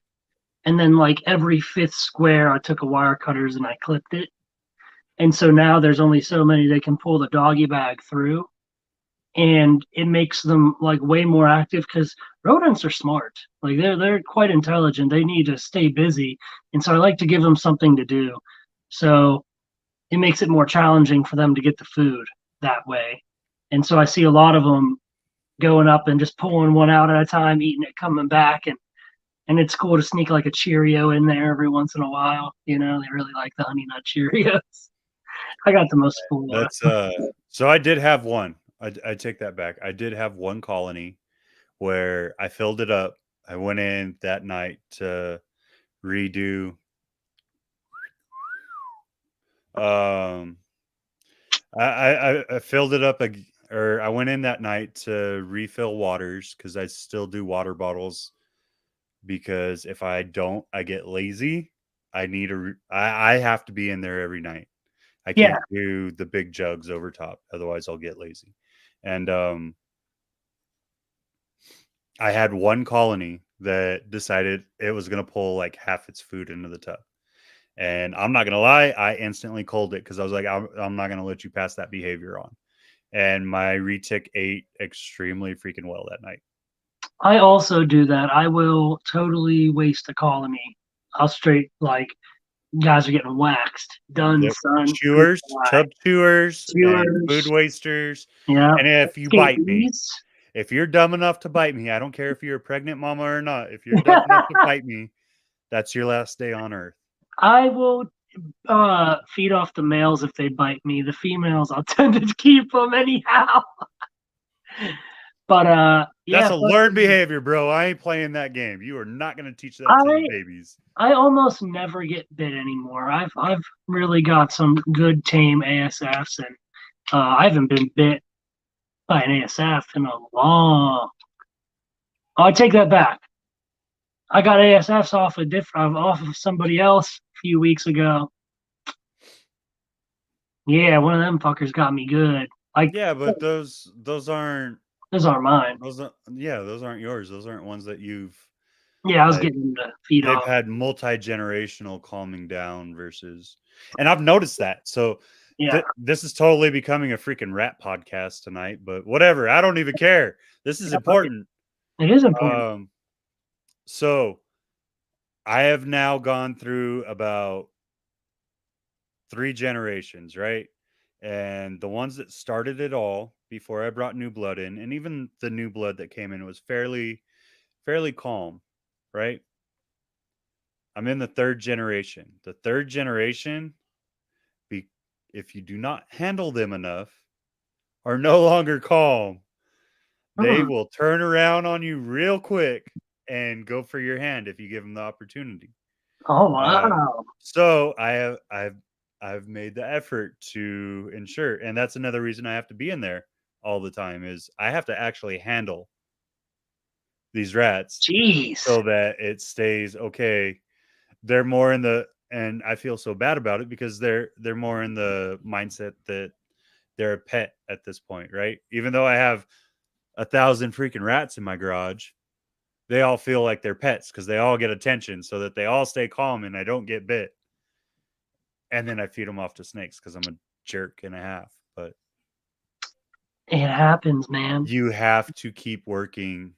And Tracy's oh Lord, Tracy is white feather, right? Kathy and Val are white Kathy feather. and Val is white feather. Val is the one I Tracy's, told you. Me and my buddy Val Tracy, loaded I'm up. sorry. I'll have to look it up. Genie Bottle Morph is Tracy. Genie. That's right. Oh my Lord. There's so many names. I'm horrible with names, guys. Like I'm great with faces, but I'm horrible with names. I apologize. I should know that too because they sent me a shirt. I feel really bad now. Who, Tracy or White Feather? Tracy. Okay. I'm a jerk. Like I said, I'm a jerk. No, Go ahead. I'm sorry. I interrupted your thought process. Go. no. When I was like, yeah, me and my buddy Val loaded up all my stuff in the moving van, and his wife was writing down all the shit on the snake bags. They are White Feather. Val and Kathy are White Feather. They're the ones who have the ASFs you can like pick up and Just kiss. put your hands in. That's And yeah. like That's I where mine have come from. like I literally have rats that when I'm cleaning their tub, you can open their tub, let them get on the floor, they'll climb up you and they'll just sit on your shoulder while you're cleaning their tub. They don't care. Now I don't recommend that for everyone, but they're some of my oldest rats and I have a lot of trust in them. They don't go running from me. Yeah. But Val and Kathy have this rat named Mask. He has his own giant tub mansion, and when they're in there cleaning, they crack it open and put this piece of wood in his tub so he can get out and crawl all over all of the racks. And she can call him back to his tub. Like he's an old ass rat. I'm just like, they're damn. super smart, man. Yeah, rodents are smart, dude. I try to give mine as like much enrichment stuff, like as many boxes and tubes and like wooden chewy things and shit like that. I give them a lot of bones, like steak bones and shit, to because they won't, they'll lick the meat off of it or whatever, but they'll just knock it around and play with it because it's too hard for them to chew through. And so I try to give them when I can give them, but I give them the best life I can give them before they serve their purpose. But I see the result. I see the result in um, the size. So Val and Kathy, I got their jumbo line. I brought Anna a jumbo line male that she sold by accident, and it was huge. It's an ASF the size of a rat. Like it, they're like up to 350, 400 grams. They're big. That's insane. Just the tails, and that's the only way I could tell which ones are jumbo. I have the jumbo gene, is I have to grab the tail because it actually has a different feel to it.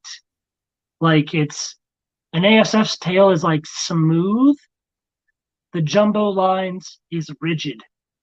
Like it has like ribs on it, like an ultra ribbed condom. That's the only thing I could think of. Is like that's just you like would take it there. You would take it there. So that's literally. Can you think of any other thing that's like that? I can't say it because my wife's probably listening right now. Okay.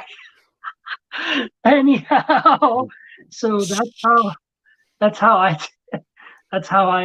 distinguish the jumbo line. But yeah, through the enrichment, the good water, the good bedding, keeping clean, moving air, low ammonia levels, like I see it in the reproduction and in the size and health overall of the ASFs. And then when I feed them to the snakes, something I notice is like how a person, like when we eat healthy and shit, like our skin is more clear, our hair is shinier. My snakes look better into adulthood. Like It's crazy. It's fucking crazy. I just can't. I can't get over it, man. That's let's kind of bring it back, circle like we went off to a huge tangent on rodents. I'll let you show off some adult snakes while we're doing this, but talking about like going back to moving, and this is something that we've talked about numerous times, but I think it's something that's good to be brought up to the community. Is you were extremely worried that you had lost your season altogether. And with this being your source of income now without the army to fall back on, you were kind of in a scary place. And I was just like, give it time, relax, like we'll get it there. Just take your time. How has the transition going into your next breeding season been?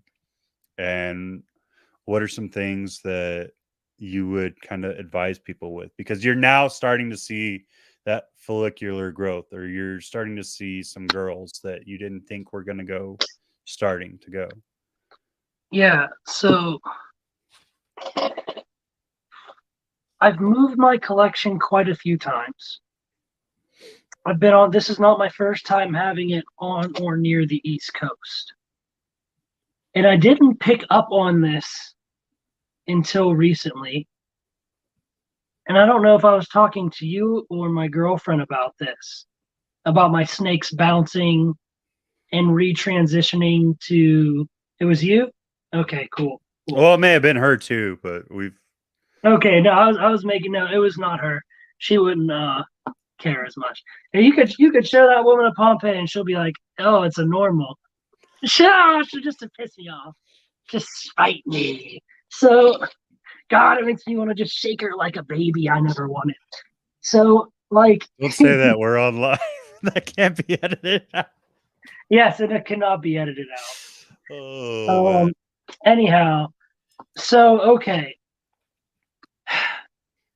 Moving every time I've ever moved, it really has fucked with my breeding season in a negative way.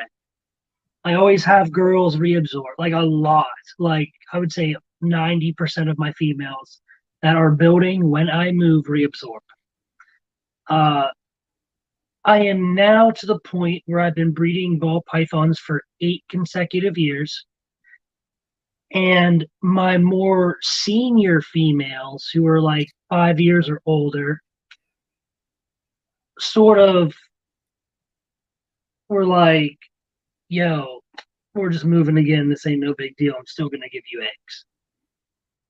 My younger girls, who've maybe only given me a clutch or two, just reabsorbed real quick because that means they probably haven't moved before. Right. And then my grow ups obviously went off food for a while due to stress and moving. Everyone went off food for a while, just trying to retune in the conditions to a place I've never been. The altitude change, I think, is huge. Definitely. They feel that, the barometrics, they definitely feel that. So an ultrasound, if you have an ultrasound, it's going to be your best friend. It's going to tell you what your females are and aren't doing. 100%. As far as getting the recycle, is what I call it, going, a lot of my more senior females, I am now noticing, will reabsorb sometimes because females have multiple lines of follicles and they'll just regrow that other line. And I'll keep feeding, I'll keep breeding. And sometimes it'll be like 18 months. This male is still locking this girl. She is still growing. And it's like so crazy because she'll grow them all the way to like 20 millimeters and then grow the other side. And so I just got to keep pairing and keep feeding. And if you go back, the only other documentation I know of this happening, if you go back to Balls to You, Gavin Atkins has a really old video on his YouTube, his first ball python breeding series. Each video is really long, between like 20 and 40 minutes long. He talks about one time where that happened to him. And so that happened, that's happening to me now. I'm Mm. noticing. And this is not the first time. This is the first time I'm able to look back at my Excel sheets and be like, here's the data I've collected. Or I have this 4,000 gram clown female, big as hell. That's what she's doing. She is now growing her other line of follicles. Um, and then there are a few girls, they just straight surprised me, and I didn't think they were gonna give me shit. And then here they come, like, bow, bow, bow. It's 3 clutches in a week, and I'm just like, all right, thanks. So I was really scared for a while, because if I don't, make snakes, I don't make money. If I don't make money, I can't do this. Simple as that. And it sucks, because we live in a world where, um, and I don't mean this in like a way of instant gratification. We need money now. Like, if your rent is due tomorrow, that means your rent's due tomorrow, right? There's no, you know, you I can't got you. pause time and make a sale real quick. Like, it doesn't work that way if you don't got nothing to sell. Well, fortunately, I have a lot of stuff to sell. Not as much as I normally would have. I think one year I had like 58 clutches, careful, 58 clutches, and then I moved to Oklahoma, and then I had 3. And Mm. so last year I had 83 clutches, and this year I'm going to have, I think, like 6. And so monetarily, It's rough. oh, it froze? No, I said it's rough. Oh, yeah, no, it's rough. It's rough. Monetarily, that's rough. Project wise, that hurts real bad, because now I'm like, I'm even further behind on the projects that I was trying to have go. So Shane Kelly, the opposite happened for him. He moved, and it caused his girls to cycle. So looking at my old data, the last time I was on the East Coast, I had pretty early seasons. Like, I would have babies between like May and June. Now, when I went to Oklahoma and my girls recycled, they were giving me babies late in the year. So I was having late seasons, like July, August, September, October, even into December, some Right. Christmas times. I remember, like, I did have a Christmas Eve clutch. I was pretty pumped about it. So it's crazy now, because my females are recycling back to the early season, because all the clutches I'm having right now during the summer, from May, and I think the last clutch I'm going to cut is 22 August. I cut that clutch. All my girls are already done laying, I think, for this year. But they're recycling. So now they're growing that other line of follicles. So it's so crazy, because I don't know, it's just mind blowing to me. I mean, nature always finds a way, is what we say, Right. but it's crazy to watch it happen in real time, in real life, with the data that I've kept and collected over the years. And I don't even know what I would tell someone as far as how to prepare for this, because have an So are incubator, have you a backup incubator, and have an ultrasound. That's it. because you're seeing the follicles from one oviduct switching over to the other instead of having both oviducts go at the same time? Are you seeing a much smaller clutch range than usual, or are you still seeing around the same size of clutch? That, in my opinion, is correlated to feeding. So there's more things that feed follicles than fat, but fat does Right. feed follicles. The only time I power feed, in my definition of power feeding, is just giving a snake um, multiple small meals, so it has a higher caloric intake over a period of time to gain body fat. So I power feed my older males because I know they're going to go off food. So before I start breeding them, I try to tack some, not a lot, tack a little fat on them. My females, they're going to eat them and just going to give it to them until I'm like, all right, that's too much. Like, I know you want another, but no, you'll regurge. So I push them because I know how much fat they're going to lose through the laying process. But I find that the females who eat better just give me bigger clutches. And also, I think that the first year of that snake's life, how they eat that first year is ultimately going to dictate how big they are, at least in the python and Boidae familias, without a doubt. So boas and pythons. I can attest to that. So I noticed no difference in the clutch range as long as the female's eating. But the younger females, I'm glad you asked me this question because I didn't think about this till just now. The younger females, all of the younger snakes actually in general, males, female, all of them, grow ups. The younger the snake, it seems the harder the transition was for them. The older the snake, it seems like they adapted far faster. The hatchlings actually were fast. It seems to be the subadults. The subadults are weird. So here's one of the things I want to say on that too, and it might just be my mindset. And I'm sorry to interrupt you.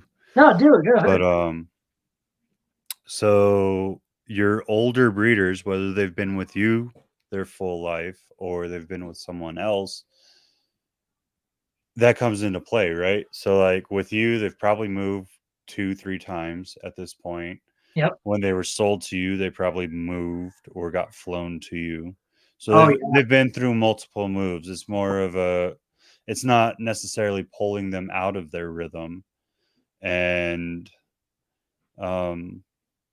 you get that rebound fast. But I really wonder if because of the age and the experience, like obviously we know the older a snake gets until it's reproductive time, kind of like the rodents, right? You start out low, then they start producing a lot, and then they dwindle down as time goes on, right? And I wonder if due to that experience and the fact that they've been moved multiple times, because as breeders, let's say it for what it is, right? We're playing gotta catch them all, and then we're passing them off when we don't need them anymore. That's right. In essence, we are all flippers. It's just how long do we hold on to that animal before we flip that animal? Yeah, if we're you're all looking at this in a business sense, which I'm not trying to start shit with anyone, but if you're looking at it, did you buy that snake from someone else and then sell that snake once its usefulness to you is over? Okay, you're essentially flipping a snake. That's what I do every year. Right? It is what it is. It is what it is. Flipping. But because they are used to being flipped per se, I think you're gonna maintain the better, not only clutch rate, but like the speed in which they rebound is going to be a lot faster because they're more in tune with, as bad as it sounds, the industry and how it works, right? Because what's everyone do, bro? What's everyone do? And I'm going to say it right now, like, what the hell does everyone do? Because you get that breeder female in, what do? You wait. Well, hopefully you wait 60 days, 90 days to do a full damn quarantine on it. Not everyone does. Some people get it, and 2 days later they're breeding the damn female and trying to push it right away, right? Because they have to make it now, and it's a give me now, instant gratification, instant satisfaction. I need it now. It's a marathon. Yeah. So I think that's why you're seeing that. I'm not going to say I have no scientific proof of that. That's no, that's a solid theory. I think the same way. I just don't know how to word it. Yeah. I'm just Like, a jerk. no, I'm no, blunt. I'm blunt. Y'all are a bunch of damn flippers. I I love y'all am still though. also very blunt, and I will tell you, um, I'll typically buy a male, breed him 1 or 2 years, and then he's gone. Like that's what I do when I want to get a new gene in my collection. If I'm like, okay, I want Wookiee, so I'll just buy a Wookiee. I'll buy a single gene male Wookiee. I don't give a fuck because I got the female power, you know. So I'll just plug them away for a couple years. First year I'll make all the hets I gotta make, and the next year I'll just make some other cool codom combos, and then I'll be like, all right, I'll sell them typically for more than I bought them for because now he's a proven breeder. And so I've made my money, and then I sell him to someone who can use him, and you know that they're gonna do the same fucking thing. Same thing. And I mean I have girls. I just did a genetic How? upgrade. So let's say this, and if you're in the comments, I want you to interact with this. Like, if you're watching this right now, just for shits and gigs, right? How many times do you think a snake gets passed through different collections before it gets retired? So in my mind, and the way I've talked to people in some of the circles I know, I'm gonna say that a snake probably has between 3 and 5 homes minimum. I'm gonna lowball it a little bit. I'm gonna say 3 to 5 homes before it gets retired, or it just stays out there for its duration. So I think if a snake, I'm gonna look at a snake's full lifetime. And if I'm going to say if it's being passed around keepers, 3 to 5 is a good number. I think 6 to 8 is a little more realistic, and because that we know how people are. Um, but let's say like it's a snake and it's a breeder, and it gets passed around to just breeders. I bet in a snake's lifetime it'll have 25 to 7. I bet it'll have 20 to 40 20, breeders. 20 to 40 breeders. And the reason why is because let's say, and this is actually the reason why I just sold, shipped, and everything. She's already to her new home. A single gene pinstripe proven breeder female, and she's been upgraded by a proven breeder lemon blast desert ghost. So I no longer need her. I now have her upgrade. So that snake is from 2009. She's from 07. Right? So what, 2017, 18, 19, 21. So she's like 15. All right. I am like her 10th breeder. And because, I mean, she's a single gene, she's a pinstripe, she's a proven breeder female. Someone is going to buy her for like $500, which is exactly what happened. And they just bought a proven breeder female that was cheap so they could breed it. So they could prove to themselves that they could breed it. And then once they realize they can breed a ball python, they're going to breed her maybe 1 or 2 more times, and then she's going to go. Now, let's say that snake lives for at least 40 years, right? That's like 20 breeders minimum. It probably goes through in its lifetime, because someone might breed her once and then sell her. Someone might get her, have her for 6 months, and she ain't doing nothing because she decides she's not going to breed that year, and then that person just sells her. And then that happens twice. And then finally, the next person gets her 4 owners later, and she starts to grow follicles again. But she's been through 4 people in like a year and a half. And so, like, I think if a female is a breeder and she's alive for 40 or 50 years, she'll at a minimum have at least 20 breeders. Because I'll tell you, I run a business. If I bring in a male, I'm only gonna have him for 2 years and then he's gone. Even if he's 10 years old, I'll have him until he's 12 and then he's gone. 13 tops. 3 years tops. Females stick around a lot longer, but now I'm getting to the point where they're not going to be. I'll probably only have a female for 6 years. So if, let's say, I grow her from scratch, I'll breed her a few times and then her upgrade will be ready, 3 years after I start breeding her. And that's one of the things that I was going to bring up when we said this is, so a lot of breeders, regardless of their size at this point, right? Mhm. Everyone only has an allotted amount of space. Yeah.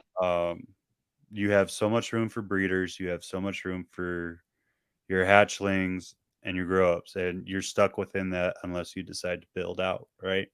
Hmm. And not everyone has that ability. Like where we live right now, what you see behind me is well, not just behind me. There's a little room left that I am fully going to take advantage of, and what you see behind me is going to get changed up as well if we get stuck here longer than I want to be. But you don't have infinite space, so you have to work within your means. Now that means that some projects may get dropped so that you can work other projects more heavily. That Yeah. means that some of your females, even if you created them and really enjoy them and have an attachment to them, may only get 2 or 3 seasons, especially if they're not like a visual recessive and you've created a visual recessive from them that carries all the same genetics. That female's probably going as soon as the other females to size Yep. and things like that. And so I think you're right. I think it's probably higher. I was trying to get you to play devil's advocate, and I think you played it perfectly. The people that actually decided to participate in that, which only 2 did out of 17 people watching. So Oh, y'all my pieces. Yes. y'all being wusses, like input. You ain't gonna get called out here. It's okay. This could be your little safe zone. Don't be fucking Um scared. That's all I have to say. um Scared money don't make money. You scared, go to church. right. So I think it was a good devil's advocate, man, and I think that's another thing. That's something that I would like to incorporate more in this show. Is honestly, let's bring some conflict. Fucking stutter McGee over here, Lord. I'm sorry. Good day, Junior. Today, Junior. There's Um, your copyright freaking right, thing. right. We both did it. It's done. It's over. Uh, Demonetized. so I'm not even monetized. I'm almost there though. So if you guys enjoy this, hey, there's another plug. Do your boy a favor. Watch some more stuff. Get us monetized so that we can start doing some more stuff. Like, share, Um, so for real. but anyways, I think it's important too, and I think that's the only way we're going to grow. A lot of the people that are innovating the area are doing some stuff that's not per se looked well upon by everyone, right? Like we're going to have to have some conflict. And I was talking to someone in the industry that I've looked up to for a long time, and they talked about potentially doing a project together that I'm not ready to divulge yet, but don't say anything. Gotcha. Um, so there's a potential project with someone that has a lot of time in the industry that I really do respect, and they said that they chose me for that potential project because I am very middle of the road. I am able to play both sides, and I try to look at everything from both sides before jumping to conclusions. But I think there's a point where we kind of have to look at both sides in a more emotional and logical state than just saying, okay, well, this is one side, this is the other. Now let's hear the arguments. That's something that we don't do as a society now, and we don't do as an industry. We're just like, this is the way it's been for 30 years, so let's just keep it this way.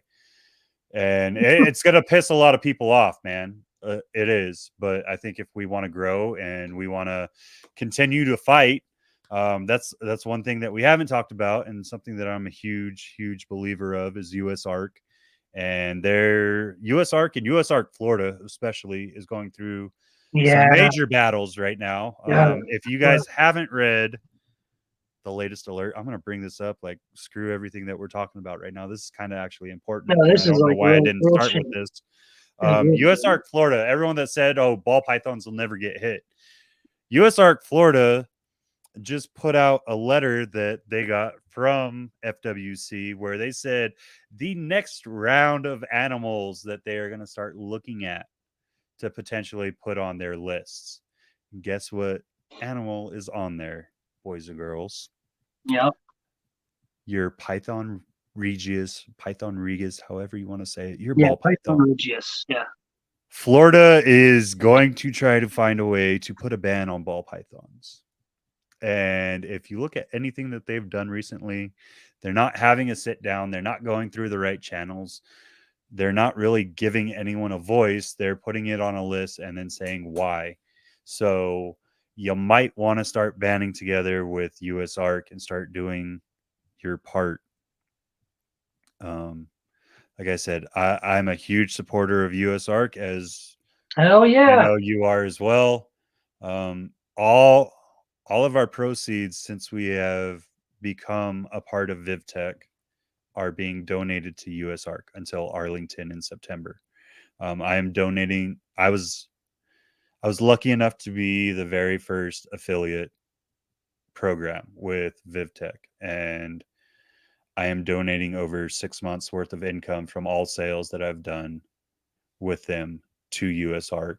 I'm not saying that people need to give up all their money and stuff like that. Get a membership, reach out. Like, it's the same thing that we've been preaching, not only for USARK in general, but USARK Florida as well, because they are two separate entities.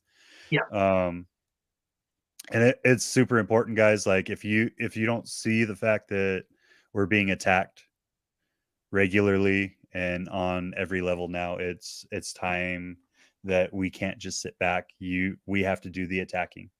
Otherwise, we're going to be in a lot of trouble. Yeah, man, I'm not trying to move again because I will not give up my shit. Like I am that fucking guy who's gonna be on the news. Like I'll do everything the right way first. I will absolutely move out of Tennessee before I give up my animals. But it ever comes to the point where I have to, it's like it's gonna be fucked. And I feel so bad. Like I'm not like a big fan of I don't really follow a lot of gecko people, really. But I know Tiki's Geckos is like one of the biggest gecko names or whatever. And I saw Tiki's Geckos post, and he's like, I had to give away, my pet Tegu. And I guess I read into the backstory a little bit. It's like his favorite pet. He's had it for a while. He had all these awesome pictures with it and memories with it, and he had to like give it to a person that he trusts, where he could, see it and everything. But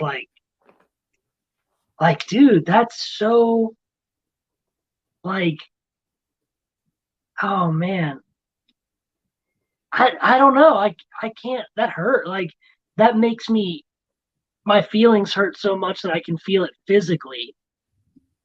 Like now I see what people would mean by like they say they get the feeling in the pit of their stomach. Like now I get that.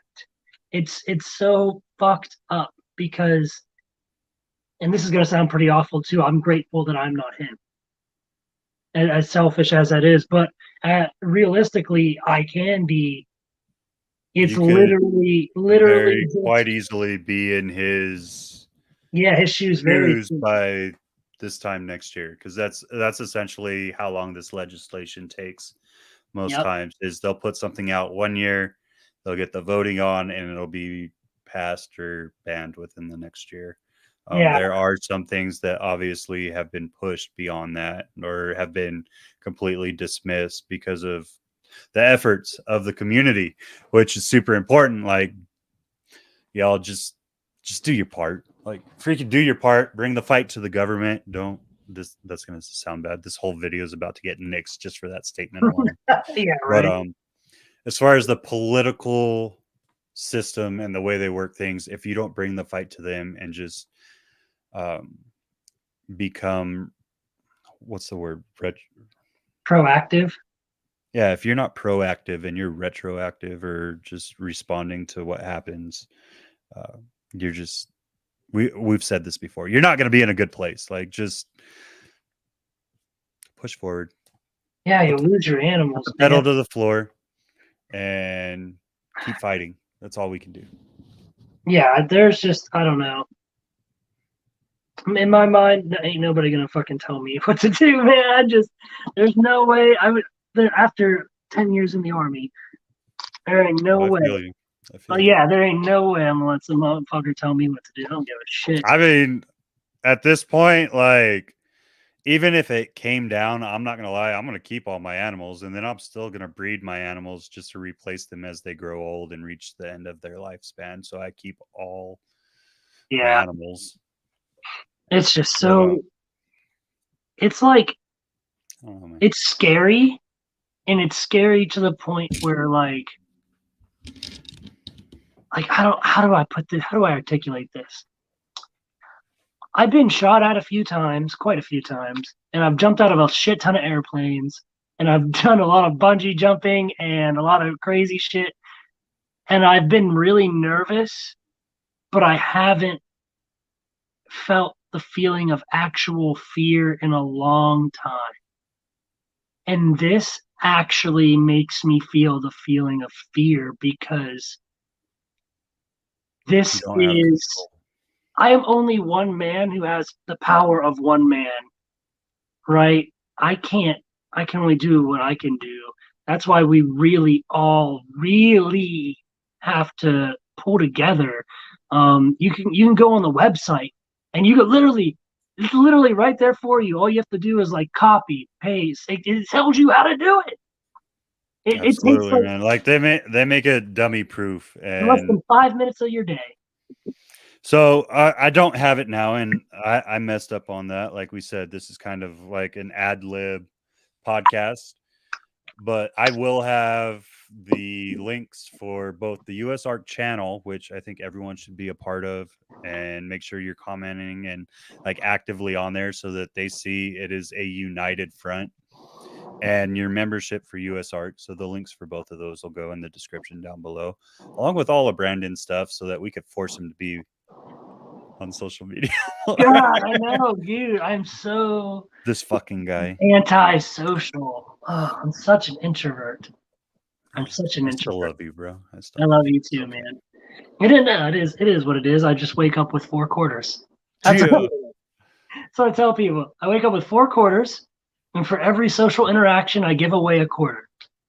Usually, I'll have like 12 social interactions in a day. Oh, bro, I'm So, like at negative $20 by the end of the day if we're going yeah, that dude. route. So then that's how many days I need to recover. So if I'm at like -8, that means I need to be alone for 2 days just to get back to my. On the third day, I'm waking up with 4 quarters again. That's But horrible, bro. it's not That's like if I horrible. don't see anybody, the next day I get 8 quarters. Fuck no, I still only have my 4 quarters. It super sucks. But I'm trying, and it sucks because I actually like have content edited, made, done. Put I it just out. literally have to do it, and I'm just like, Put it out. yeah, I know. I just need to quit being a lazy piece of shit and do it.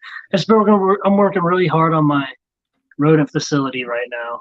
That is just because when I end the move, here's something to be prepared for. This happens to me every time. Um, you will lose rodents. I recommend if you can go out and buy some frozen thawed, stock up on that, have it delivered straight up to your like new place, so it's like there for you. Um, and buy a few extra hundred live if you can. Depending on what time of year you move, rodents can die from stress. They could die from heat. They could die from cold. They could just die from the normal things that every rodent can die from. And I I think the soft furs are a little more hardy, which I found quite surprising when I moved from Fort Bragg to Fort Sill, so from North Carolina to Oklahoma. I was breeding rats, mice, and ASFs at that time. And I was for a long time wanting to transition to just ASFs. And that choice was made for me when all of the rats and mice died in the move and none of the ASFs did. It was just too hot. The ASFs were all sweaty, but they were all alive. They all had water and fans and everything. It just, the rats and mice couldn't hack it. Right. So I think you need to be prepared to lose some rodents. Put far more care into your snakes, though. Not saying that one life is worth more than the other, but as far as on your wallet, it will be, Right. right? Right. Like, even if you lose a normal, that's more money than a rat. Well, depending on where you go nowadays. Well, I mean, if you go, so I'm going to talk about this. This Go is ahead. Yeah, another yeah. thing. This is a little rant. All right. Um, so we're getting a lot of hate from our local pet shops or exotic pet shops, which I understand, man. They've had the market here for an extremely long time. They're very used to their system. Um, as you know, we have a show here. We have a Show Me Snake show. It's actually next weekend, and they're giving a lot of pushback on it. They're trying to kind of keep it from growing, which is frustrating because Mm. you want to play the middleman in that, right? Because you're the local guy, and you want to have the ability and like keep a friendly stature within your local community and the shops there, but at the same time, you want to see the market here locally grow. And it's like, well, how do you do that? You bring a show in and you start getting people from out of town to come in, and they're like, well, there's these shops and we didn't find what we were looking at the show. So you go to the shop, and it's like, you're bringing the shop more business. But it's just, it's been kind of a fight. But so, like, speaking of like, is one life more valuable than another? You could pick up a normal ball python, give or take, for $50 at most places, right? You could pick up an ASF, give or take, most of the time for like, well, now probably like more like $5 a Yeah, pop. 5 to 8. So we'll say that the $5 range is the ASF range, right? Well, one of the local stores here decided to mark all of their ASFs at $50 a piece. I was like, you're really going to do that kind of a markup? And I watched them sell some to some customers, and I was like, holy freaking, like, I mean, maybe like 50, $60 for a I mean, colony. it's pretty A equal. It's colony, pretty but damn equal life right there. I'm just saying. that's, But I mean, yeah, I've man, seen like I've it's seen there's some ASS tone to for as take. high as like $16 a rat. And that $50, $50. I mean, No it budge. doesn't Fifty surprise me if dollar someone make bought it, you but holy shit. $50 make you holler for an ASF and make you Yo, hate your I'll life. sell all my ASS for $50. I'll pay this fucking house off. What's good? Shit. Oh man. Yeah, it's just like the markup that they're doing on people right now. And I think that's part of the reason. You know what I mean? It's like they're putting such a markup on that if more people start coming in and they're like, well, that's not like the base market value of these animals, they're going to start losing some profit. Yeah. Well, I mean, that's fucked up because even the shop could go shut up at the show. Like, why are that's dumb. That makes no business sense. What the fuck do I know though? You know what I'm I saying? don't know. We're just I ain't small time nobody. breeders, man. We don't know anything. I ain't shit. I It's wake not up like I don't have, well, every I have an associate's in business and accounting, and I almost have a bachelor's in both as well. So it's fuck yeah, I dude. don't know anything about business at this point. That's pretty good. I almost have but my bachelor's is almost done. I'm about to roll right into my master's. So it's like, Get that shit. Go get your doctorate too, so I could start calling you doctor. no, Like Dr. Brandon. that's too much, man. I'm gonna take what my GI Bill will cover, and that's it, dude. No, I got That's you. it. I can't do. I don't know. That's a lot of school. That's a lot of. And even if I did, I'm just breeding ball pythons. I'm not. I'm just going to college because everyone told me my whole life I'd never be able to do it, so fuck Right, right. 'em. That's literally the only reason. Don't like it. Just to spite me. Mine wasn't even that, dude. Like, I did it and I just didn't like it. I still don't like, to be honest, I still don't like it. I can't stand it. But No, I I hate got school. kids and I'm like, well, I want to be a positive Yeah, influence to them and I know. You want to be what your kids look up to. crap like that. Well, the big thing is I started it and I was like, well, it's free, so I need to go and they're going to pay me. So Yeah, that I second do part. that while I get the business that I want to do off the ground, right? Mhm. And then after that, I don't want to see my kids see me quit anything anymore. Like ever again. That's the worst, that's the worst thing you can ever do. And we do it a lot. And you have to know your time to quit with some things, right? Like Yeah, there's an out for some things, but I don't want to ever see my kids see me in a comfortable state where it's not like I need to get out. Like for the well-being of everyone, I need to get out, right? yeah, So anything that is actually benefiting our life, like a job or anything like that, I don't want them to see me just quit because I can. yeah, yeah. You No, know I what I feel you. mean? Because it goes back to some of the psychology stuff we were talking about. And we always talk about is like you create that habit and that's one of the hardest habits to quit, man. Like I don't care if Mm, you've done drugs, I don't care if you've been an alcoholic, I don't care what you've done. It's quitting is a habit that just doesn't go away. Like once you start down that path, you roll it. And I'm a plain example. Like everything up until the army, everything I had done in life, I had quit like before it got too hard for me. I just gave up. mm. Man, I've never.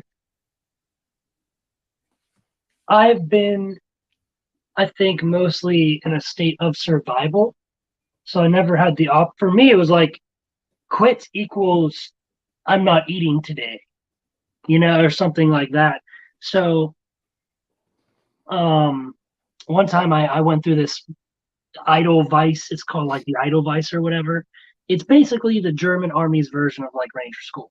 Right. So I just get really lucky because I know how to fucking ski, and that's like one of the requirements is because you have to like be able to put someone in like a little taco and ski them down this mountain when you're going through the mountain portion of the course. And uh, I had a commander a few years after I took that course. I ended up passing. It was like me and like I think six other dudes, the only ones who made it.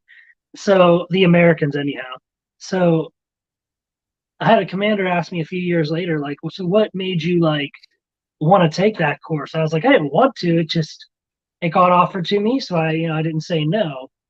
And he's like, well, that's such a hard course that like most people they just give up. So what like made you want to do it? And I was like, nothing made me want to do it. There's just no quit in me.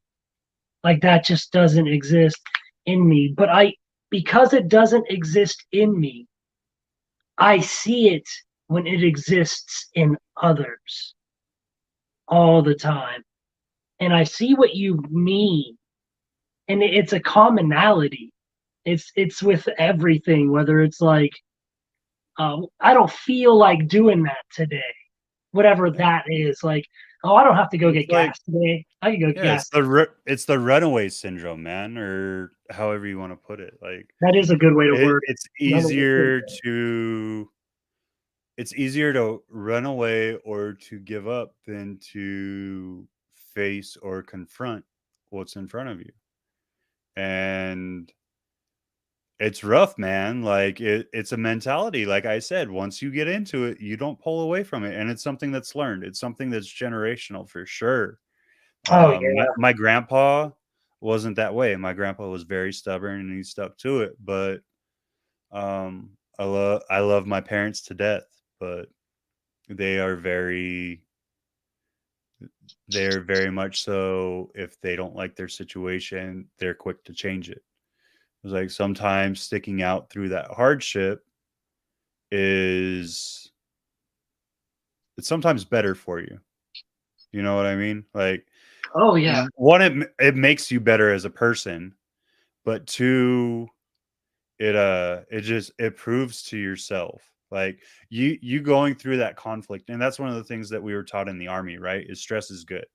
A certain amount of stress is good for you, Yeah, training because it stress. forces you, yeah, it forces you to think through the situations, or to push yourself beyond your comfort zone. And once you do that, you realize that you have so much more that you can do. Oh God, dude. Yeah, like I can't tell you how many times I've like things have been so hard where I've like thought about selling out. And in my mind, it doesn't matter how much I think about it, I'm never gonna do it. You know what I mean? Like Better not. I'll downsize if need be, which Come kick tends you to in the be balls. yeah. Yeah, you would. I said Uh, that real low so that they don't hear that. Hopefully they didn't hear that. They're gonna mark it for violence. So Yeah, I murmured that last part so it doesn't get yeah, right.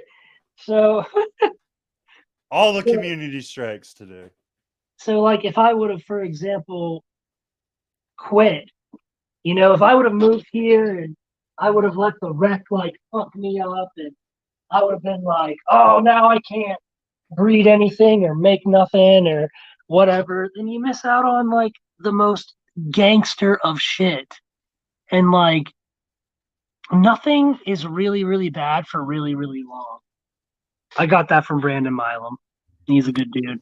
And it's true, man. Like in the moment, and when it's consuming you, it's That's bad the yeah. and it's horrible. And it might be like, what am I looking for? Like, It might be the you're worst just thing kind in of, that moment.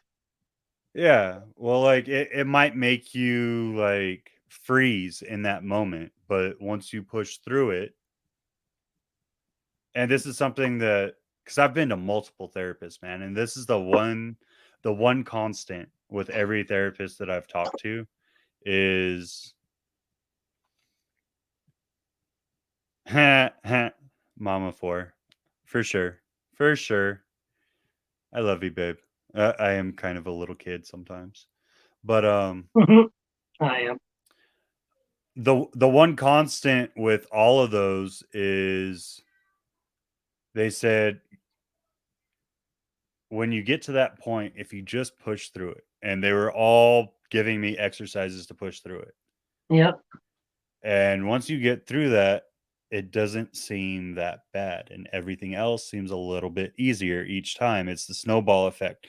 It works both with fear and against fear, but you have to create that snowball before it can turn into a giant avalanche or whatever you want it to turn into, per se, right?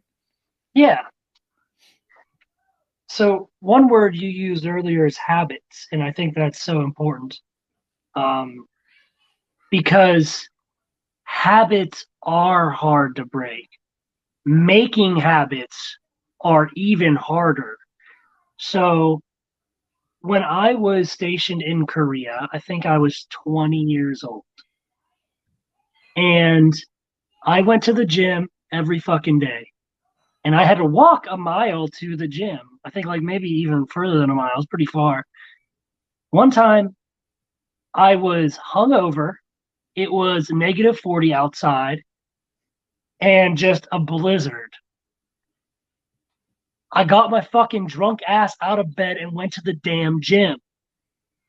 And then I came home, back to the barracks, and then threw up and just felt terrible. But I still went to the gym. Like, You should have stopped the story right there. I know. It was just the hangover That set was in. the perfect climax right there. I It's almost like, I did it and I kept my habit, but it felt terrible.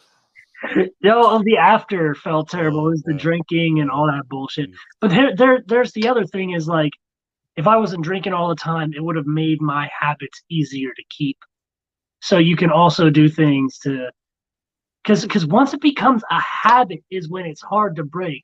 I was like, because man, at that juncture in my life, I was like, there ain't no fucking excuse why I can't go to the gym. Like, I'm out in the field. All right, we've been out in the woods training for 4 fucking days. I'll put 2 water jugs on a metal pole and curl them shits. Like, there ain't no fucking reason. There's not one, not a fucking one. There's no excuse. Makes no sense. You know, your kid's keeping you up late. Cool. Keep yourself up late another extra fucking hour. No excuse. Like, or go to bed and wake up an hour early. There's just no reason for it. And that was like my mentality because that habit was just so drilled in me. Like, so drilled in me. So, like, habits I have today, I know like morning routines are so important to everyone's success. One of the first things I do every morning, as far not for like myself, like actual things that I have to get done. Like in the morning, the first thing I do is like smoke pot. So the next thing I do, I'm just kidding, guys. I can't do that. If I do that in the morning, my day is shit. I do that at night. This So guy. I check. First things I do is I check all the thermostats, make sure the temperatures are good. I look at where all the probes are, make sure the probes are good. I temp gun at least each level of every tub. I go and I candle all the rat water buckets. Like, I do all what I call safety checks. I make sure none of the water spouts are leaking for the rats. You know, like, I just have this good habit. I cannot tell you how many times that habit has saved my ass. Like, that's the first thing I do when I wake up, and that's also one of the last things I do before bed. I do it twice a day, and man, I cannot tell you like how many times I found, oh, dude, a paint like a hopper got out and chewed where the water spout is, and now there's water Mm. just dripping into a tub. And you know, John, me and John were on the phone a few days ago, and I was doing my checks, and that shit You happened. almost made me throw up, you jerk. Yeah, the smell is just so putrid. Like you literally, all you did was talk about it, and I was like, I know that smell. It's so putrid, man. It's But horrible, bro. like a long, long, long, long time ago, when I first started breeding, I might have only ever had like this is maybe my first or second season. I was buying these cheap, shitty racks, and I don't even know who made them. I don't even think the company's in business anymore. But all of the levels, and they all had thermostats and everything, melted through. Like the heat tape fucked up from rubbing against it, Mhm. and eventually all the level. It was like one tub, and then it happened with a couple more, and eventually they were all melted. But I noticed with my safety checks, I'm like opening the tub. All my snakes are at the front of the fucking tubs, and the tubs are all really hard to open. And then you learn things like troubleshooting procedures. Like, okay, this is wrong. What do I need to start to check to fix it?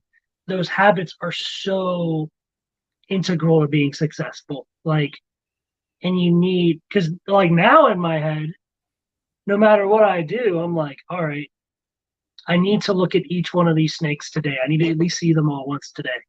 And usually that's first thing in the morning. Uh, Here's a good habit. If it takes less than 5 minutes or less, just knock it out real quick. Anyway, you get and do that first thing in the morning. Get a fuck ton of shit done. It puts you in this like productive mindset. Like, wow, I got so much done, and it's still early, and I have all day. What more can I get done? You know, it's a very whatever it takes to put you in a positive mindset. Those habits are just so important. And so when things do get hard, to not quit and push through it, it's hard to make that a habit because habits take consistency. You don't ever want to be consistently put in that position, you know? In the army, we are, but this is like the real life now. It's a little bit different, a little bit different. But yeah, man. There's been so many things tonight, and I think it all comes full circle.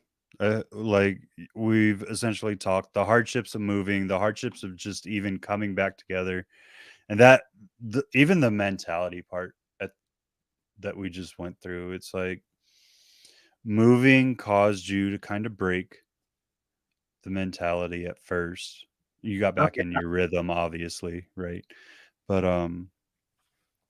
all of it is just full circle. And if you want to be successful, it, I'm not even going to say successful. Like I really hope that you're successful. I hope that I'm successful. I damn near hope that everyone in this industry is successful at some point, right? But Oh yeah. just for the care and the health of the animals, the care and the health of the people behind the animals, because we don't see a lot, right?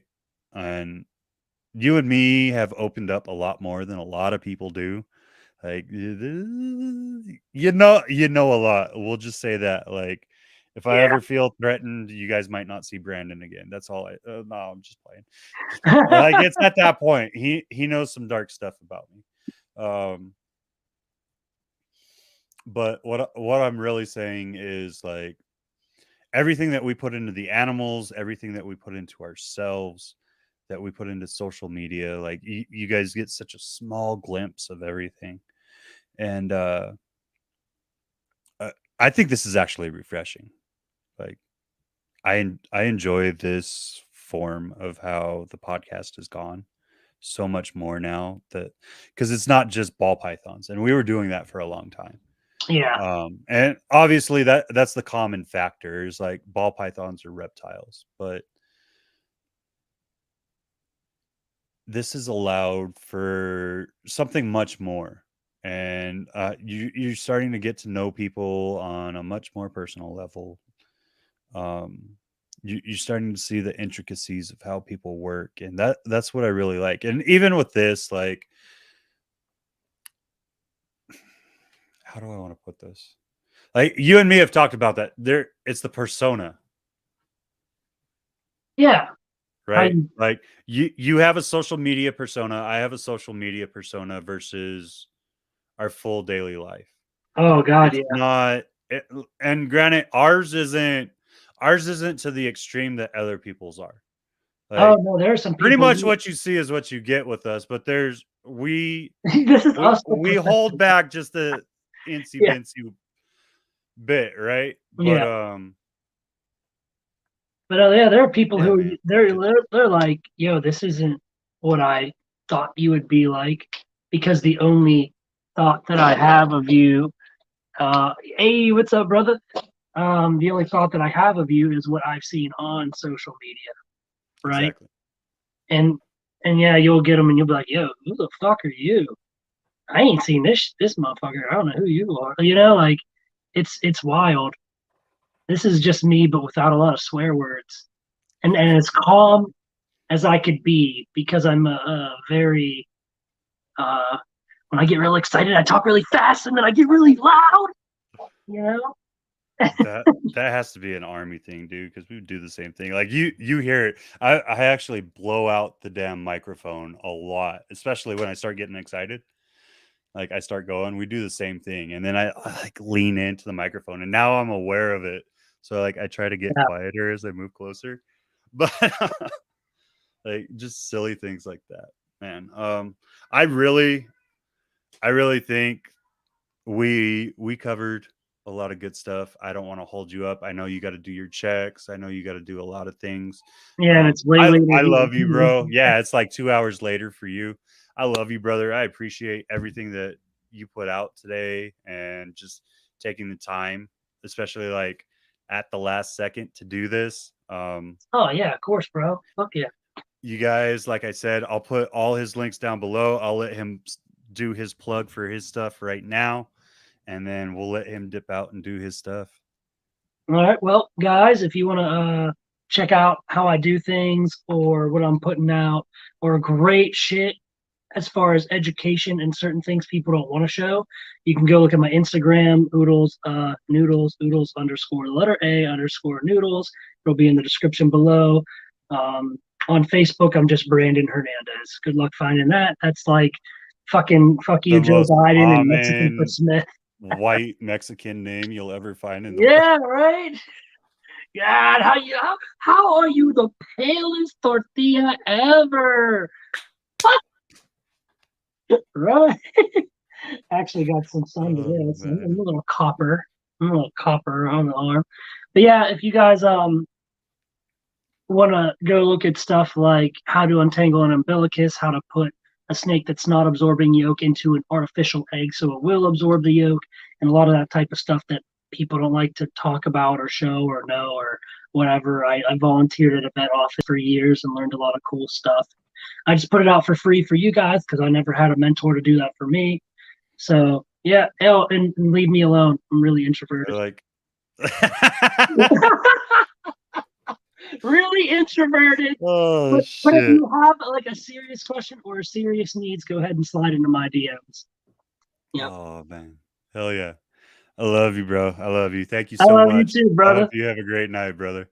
Hey, you too, man. I'll talk to you later. Yeah, yeah. All right, guys. I hope you freaking enjoyed that. Next week we have a true OG. He said mentor. This guy's mentored so many people in the industry. I can't say enough. I love the guy I'm about to freaking talk to next week, and that's Mr. Brian Gundy. So I hope you guys come by, stay in tune for that, and I hope, like I said, I hope you enjoy this. We'll see you on the next one. I love you guys. We'll see you next week. Badoo.